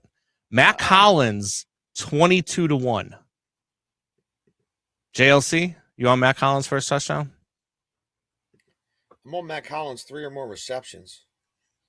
One of them could be the first touchdown. Yeah. Get on board. I think he's a guy who interests me, and I don't have a lot on outside of Drake May rushing props. I'm not doing much at all with New England's offense. I'm worried that it could be tough sledding for them until garbage time, or that garbage time might come sooner than expected. I don't have anything on a first touchdown market. I got plus money on first score of the game to be a field goal.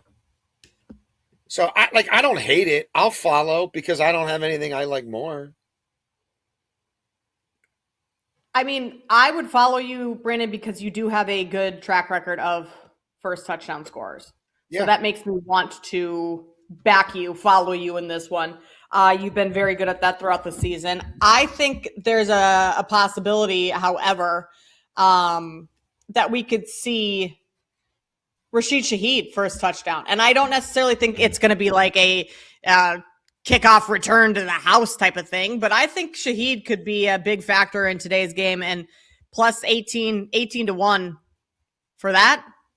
It's close to Hollins at 22 to 1. So both of those long shots, but I think either of those teams would be, either of those players rather would be. 40-yarder, Kate.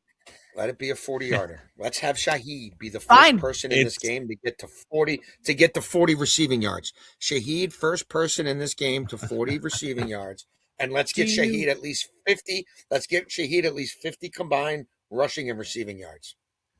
It's always good practice to take one first touchdown from each team. And I have Mac Hollins and Rashid Shaheed. Okay. So we're on the same let page. it be from distance.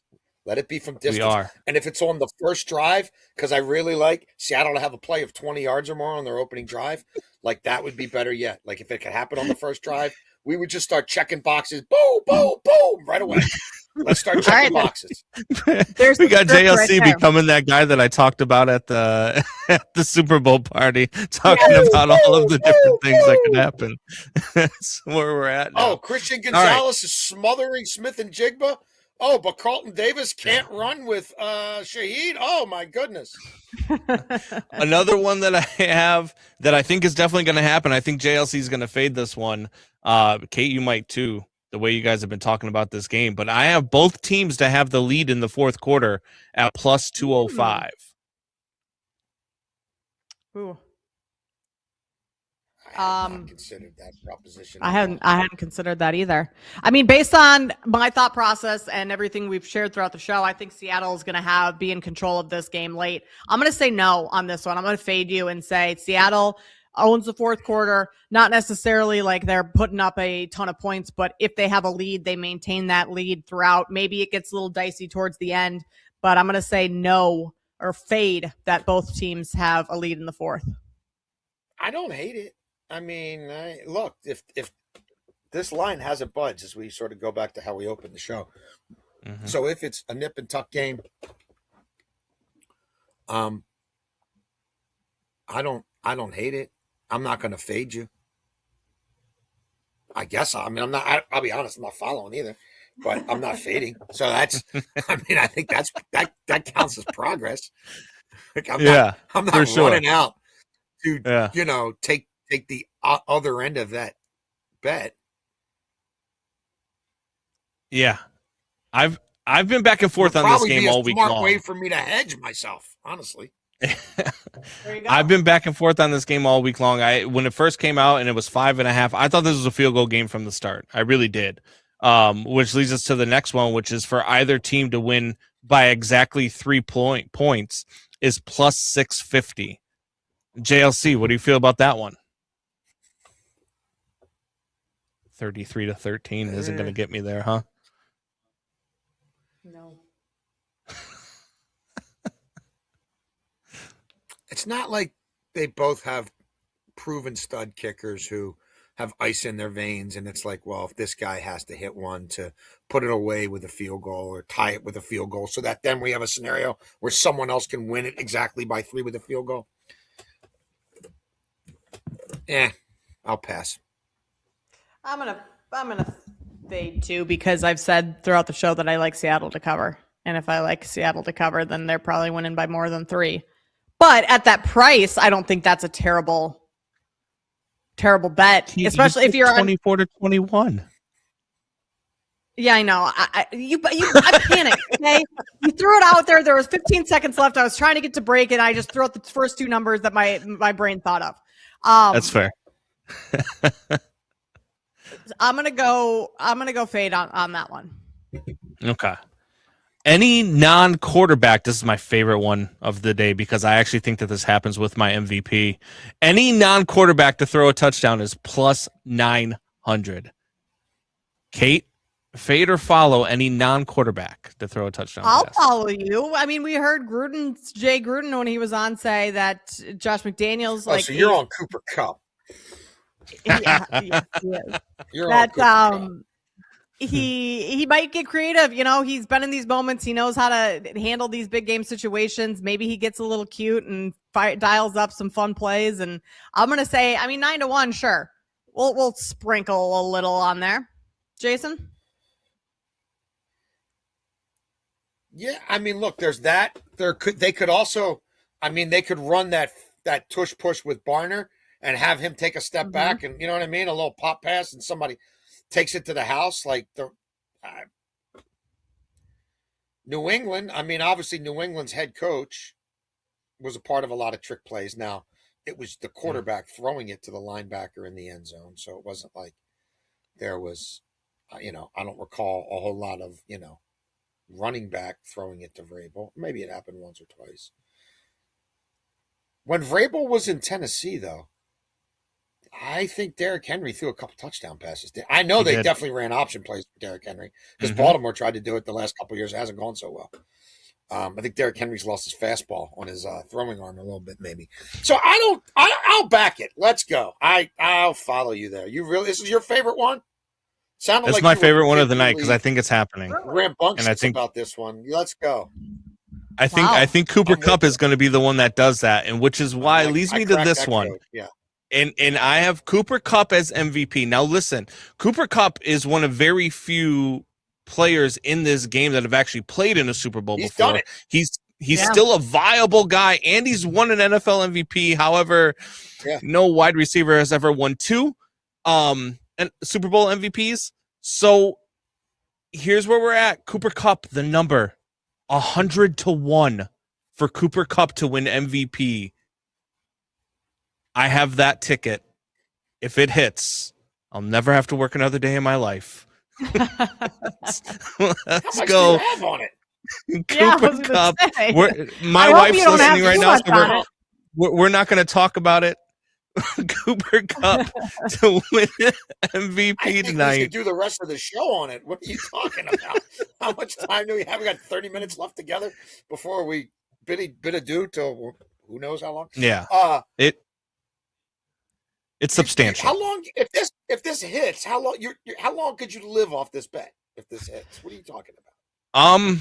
Depending on my lifestyle, because there might be some changes in the lifestyle after it hits. Oh, but maybe at least a year.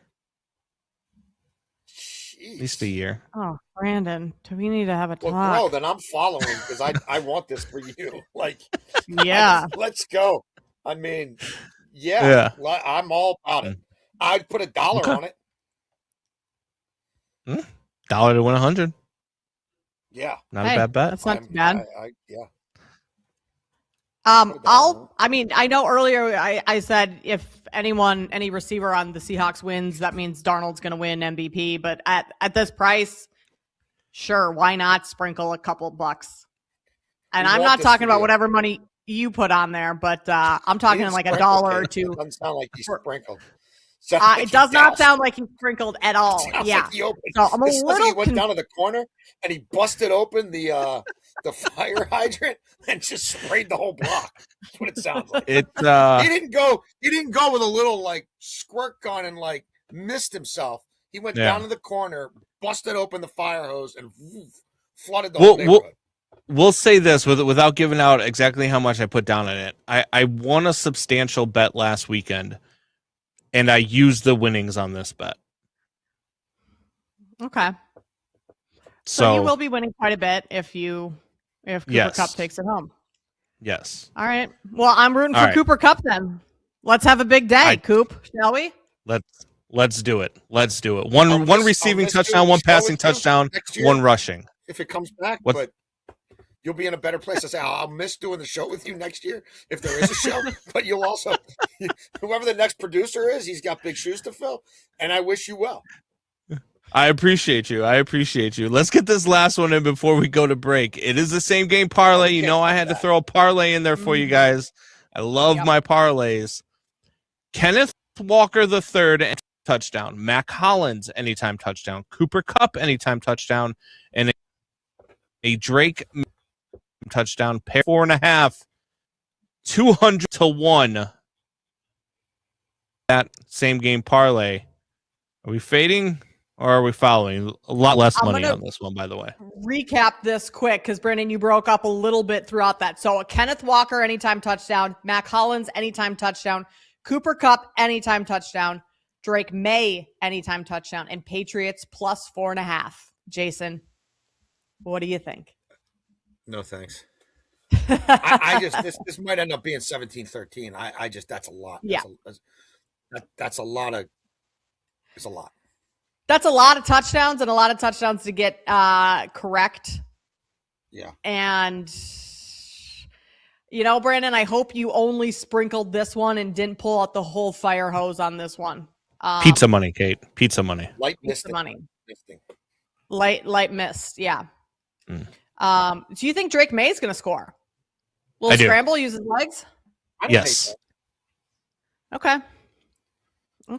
I dabbled with the idea of Drake May, one passing touchdown, one rushing touchdown, and a pick. Dabbled with it. Didn't get there. Would you remember what that price was?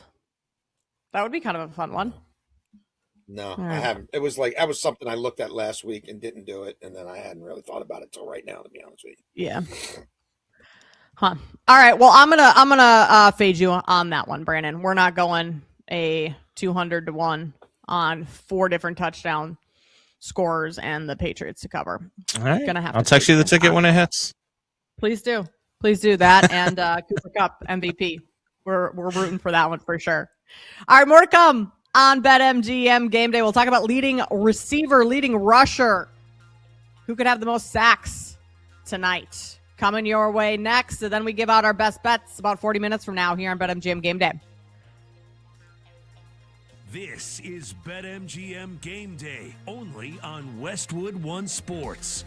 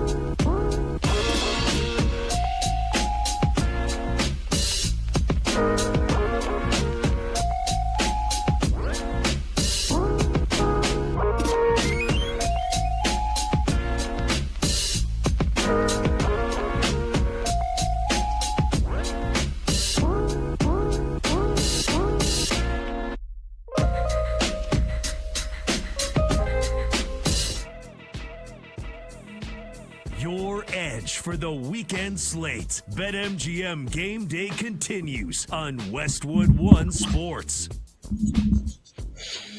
Kate Constable, Jason Lockenfora here with you on Westwood One Sports as we're breaking down Super Bowl 60. 20 minutes from now, we're going to wrap up the show. We'll give you all of our best bets, tell you exactly where we're putting our money, and recap all of our thoughts for today's game. There's still a couple other angles that we need to talk about for this one, Jason. I mean, we've kind of covered the side, the total, who's going to win this one, how much, and if we see this being a higher scoring game or not. But we haven't really talked about leading players that are leading in statistical categories today. So leading rusher, leading receiver, sack leader, those types of things. If we're talking leading receiver, I think it's no surprise that Jackson Smith-Njigba is the heavy favorite to lead this game in receiving yards, minus 200. Next closest, Stephon Diggs, plus 750. There might be someone a little closer than that, but it's essentially, are you going to take JSN and lay some juice, or is there going to be another player? No, Stephon Diggs is the next closest, which is crazy, at plus 750. His receiving prop overall for the game, 43.5 compared to JSN, who's at 91.5. I mean, betting wise, value wise, you want to look at someone other than Jackson Smith-Njigba, but he was the offensive player of the year for a reason, right? He catches passes. He racks up yards. He's been pretty unstoppable. Yeah. And Gonzalez is a really good corner. I don't know that he's a shutdown. Like Smith-Njigba lines up all over the place. I don't know that Gonzalez is a move them all over, try to swallow a guy in the slot, left boundary, right boundary, left slot, right slot. I don't know that he's that guy. And Darnold has so much faith for obvious reasons in throwing it to Smith-Njigba any place, anytime.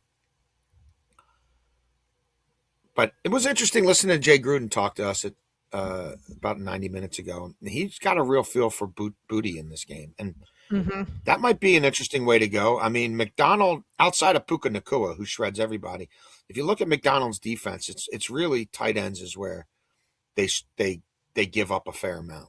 And I think the defense is almost designed to give up some of that seam stuff between the 20s to tight ends. But maybe Booty's an interesting way to go. I like Shaheed. You can go to, if you fish around right now, you could find Shaheed to be the leading receiver at 25-1. Now, is he going to get even 5 targets? I don't know. He might get 3 or 4. He might catch 2 deep ones. Like, Seattle might get a decent lead, and even if they're just grinding it out, because I don't think they're going to be able to run it down New England's throat. I respect New England's defense, but can Seattle win this game by more than 5 points and maybe closer to 10, and do it with Darnold attempting 25 to 27 passes and connecting on 18 of them, and 5 of them are explosives? Like, I don't think that script is crazy. That's kind of who they are. And can most of those explosives in this game as a one-off go to Shaheed than Smith-Njigba?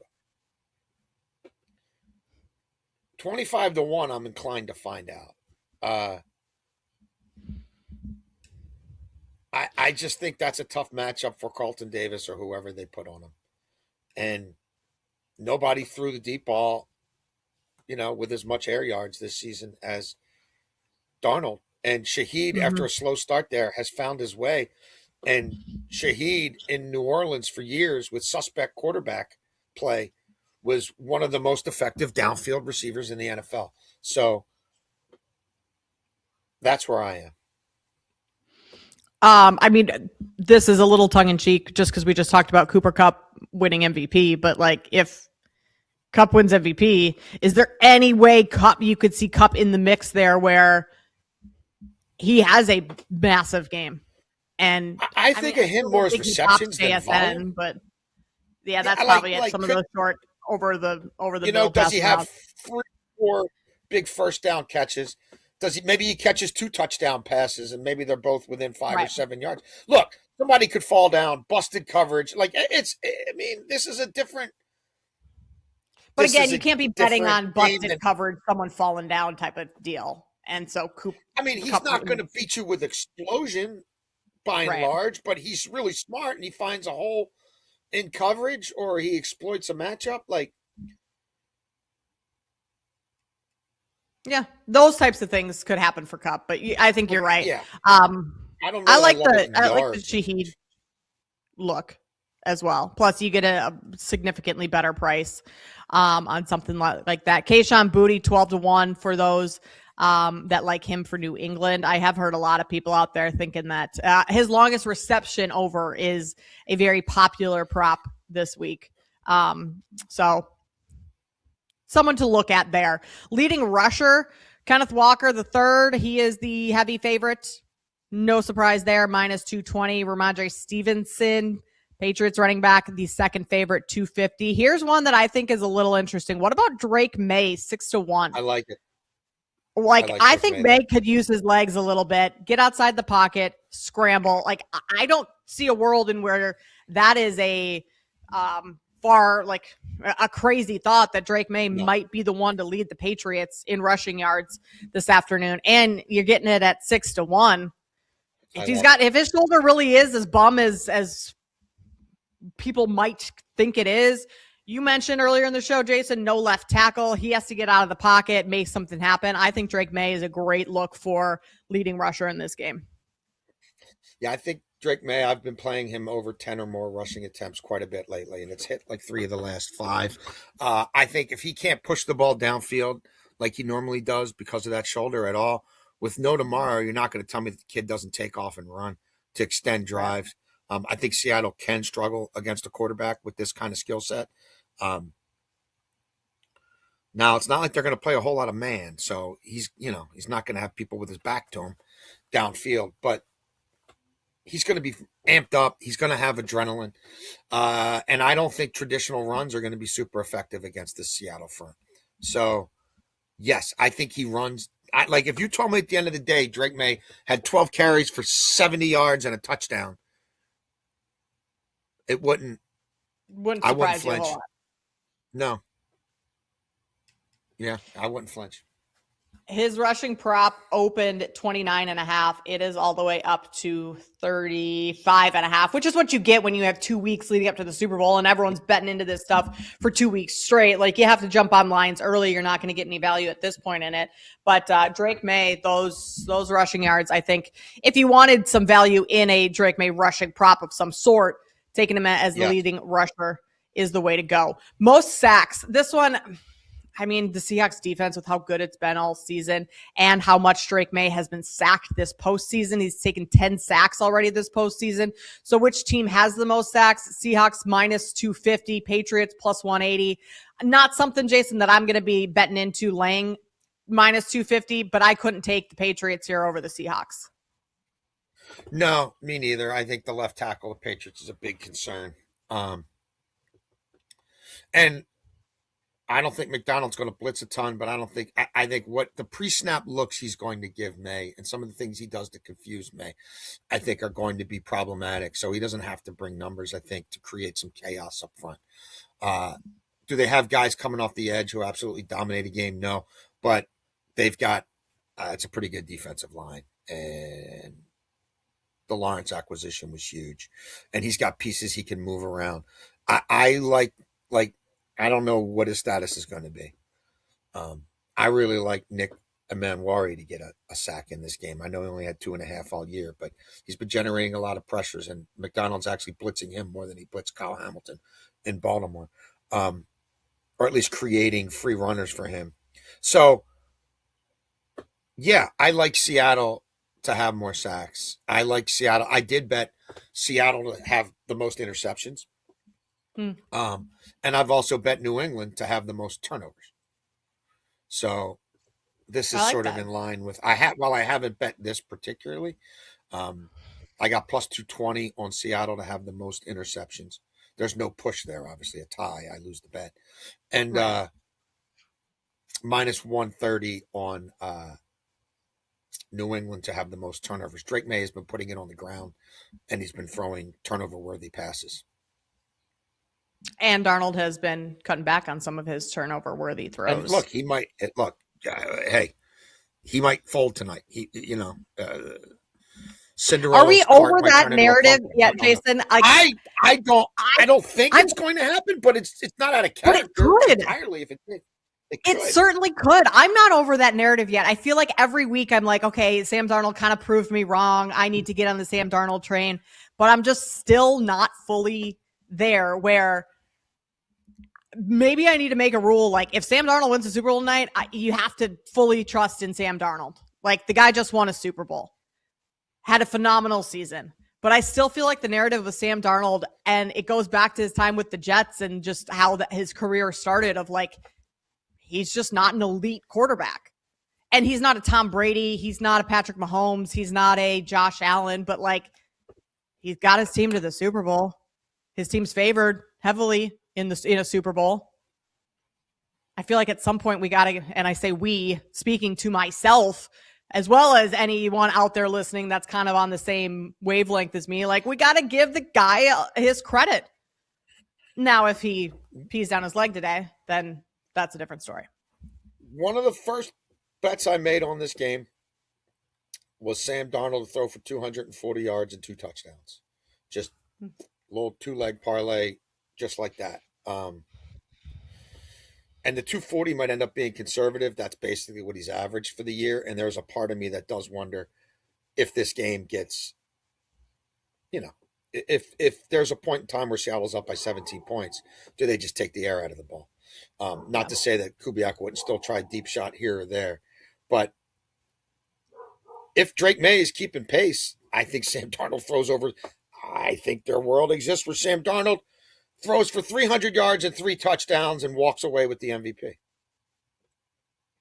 I mean, we'll get to this in our next segment, but I have some Sam Darnold over props for completions, attempts, things like that. So certainly a world where Sam Darnold does have a phenomenal game and takes home MVP, and Cooper Kupp, unfortunately for producer Brandon, does not take home MVP, and Brandon still has to come to work next week. That would be unfortunate for Brandon. What if no MVPs? If the vote's a tie, can that happen? I don't know. What do they do if the vote's a tie? Could there be a tie? I haven't voted in so long. I used to, but I don't know. There's also the votes of like, does the player thank God first, to his teammates first? Oh, geez. I'm not sure I've heard Sam Darnold thank God, where Drake May, the first thing he says is thank the Lord and Savior Jesus Christ in his Southernish accent, where if it's Sam Darnold, I think he thanks his teammates first. I would agree with You're your like, handicap of that scenario. I don't care. No. I would I would have said the same thing. So you think May goes Bible and Darnold goes teammates? That's what you're saying. I'm with you. Yep. I'm not betting Sam Darnold's done a lot of post-game interviews, and he just doesn't go that direction, which is totally fine. But you get that, like CJ Stroud, you're getting Bible first. Drake May, you're getting Bible first. Like there are the players that who are going to go that direction. And I just think Sam Darnold's going to thank his teammates or the opportunity to play in the Super Bowl, something like that, before he goes Bible. I don't know. I don't have the odds on that in front of me. I know God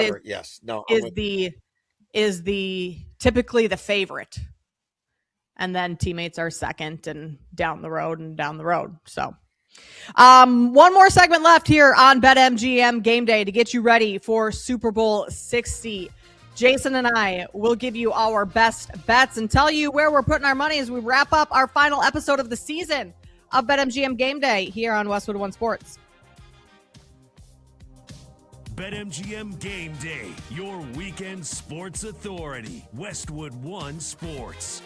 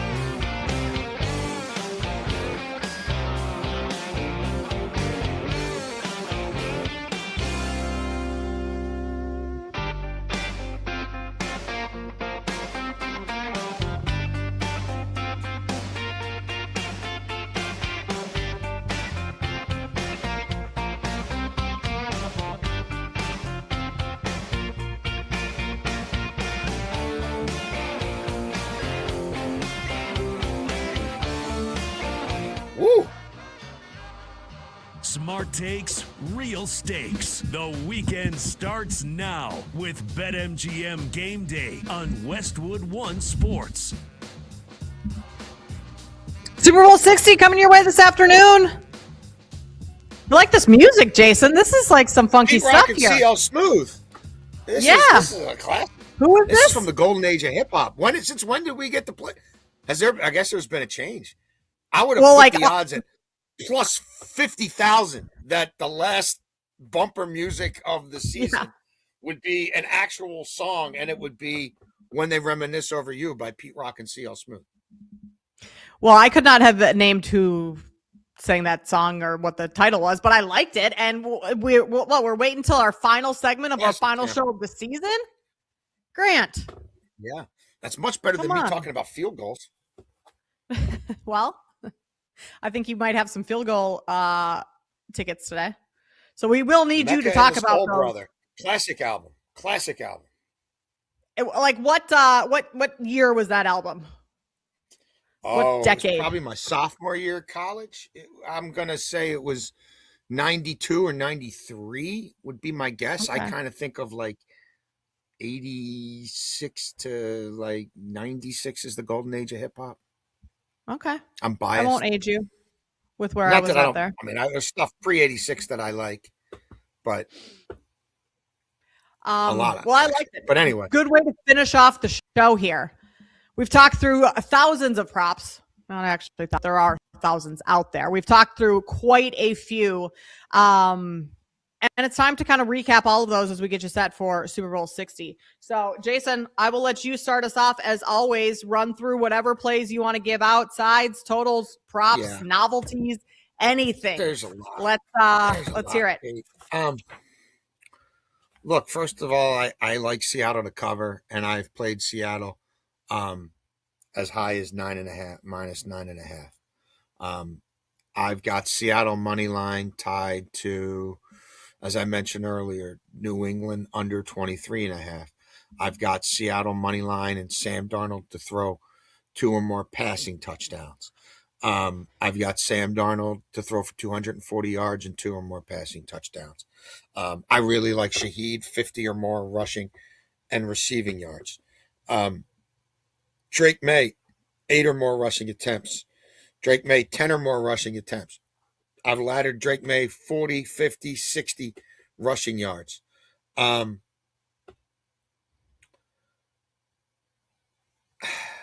mean, I've got a lot. Shaheed, first player to 40 receiving yards. I just think there's an explosive early in this game. If you study what Seattle's done, I think in their 19 games this year, 8 times they've had an explosive of 20 yards or more on the opening drive. New England's given up a play of 20 yards or more, I think 7 times. So about a third of the games they've played. I think you're going to see Walker. If they can move the chains a little bit that way, I think Sam Darnold's going to look for a matchup. Maybe it's Smith and Jigba. Maybe it's Barner. I think there's a chance it's Shaheed. So like Shaheed to be I think he can have a 40 or 50 yard reception early in this game. So I really, I got it at 22-1. I think it's still, you can look around, find it at 18-1. Shaheed first to 40 yards. I really like Seattle. I got it at plus 220. Seattle to have the most interceptions created. I don't think it's out of the question. I haven't done a lot of anytime touchdowns. I don't think it's out of the question you get a Seattle defense or special teams touchdown here between what they do in the return game and between Drake May, I think, probably seeing a little bit of ghost here. I like Kenneth Walker over 30 or more receiving yards. Like Helani and Mac Hollins, each to have 3 receptions. You can get it at plus 600. Yeah. All right. Plenty of stuff that you're going to be sweating out this afternoon. I'm with you on Helani. I'm going to go over his receiving yards, though, 18.5. I think that, if he gets 3 receptions like you're hoping for, Jason, I think he's going over 18. I'm sorry. What are we at with Helani? Yes. 11.5 receiving yards. I was going to say 18 is high. Yeah. Yeah, 11.5 is what I got it at earlier in the week. The 18.5 I was looking at was the longest reception for Kayshon Boutte. I think he's someone that could, catch a explosive pass of some sort. Jay Gruden talked about him having a big game today when we talked to Coach earlier in the show. I also like Drake May, his rushing yards. It's up to, what did we say, 32 and a half, 29 and a half earlier this week. But I also like the 6-1 on Drake May to be the game's leading rusher. Not a bad price on that. Thinking that Drake May might be able to use his legs. I like Sam Darnold passing today over 19 and a half completions.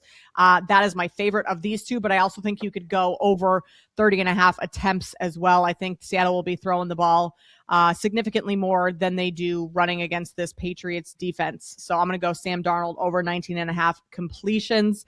And then I'm also going to take Seattle minus the 4.5. I think they're the better team all around, all three phases. We've talked about that plenty throughout the show. So I'm going to say Seattle wins this one and covers at 4.5, which then I also think Sam Darnold is going to win MVP. I don't have an MVP ticket, but I do think that is the outcome that's most likely based on the game script that I think with Darnold throwing the ball plenty here. So Sam Darnold, MVP, Seattle wins, and some good Sam Darnold passing props this afternoon. Brandon, would you like to come in and recap some of the bets that you have given out, any of your crazy parlays that you have? Yeah, all the ones that you guys faded. We could definitely give out some of those. We've got the total over 45.5. Love that play. Matt Collins first touchdown plus 2,200. Both teams to have the lead in the fourth quarter at plus 205.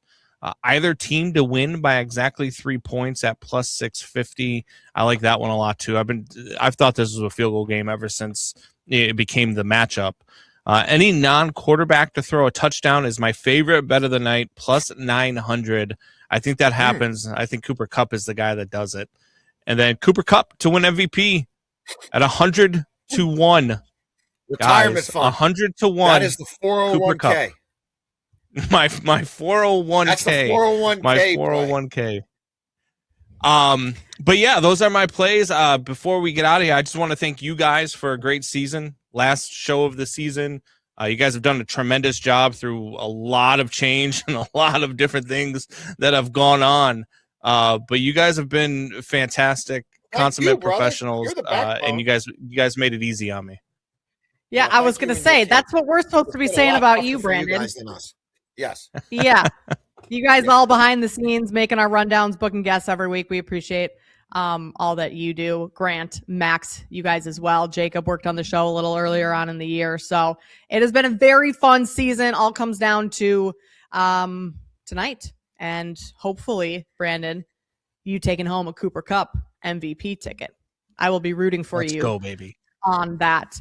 Okay, so you guys know my Super Bowl plans for this afternoon. Jason, are you just watching at home? You got the fam around, the dogs? Yeah.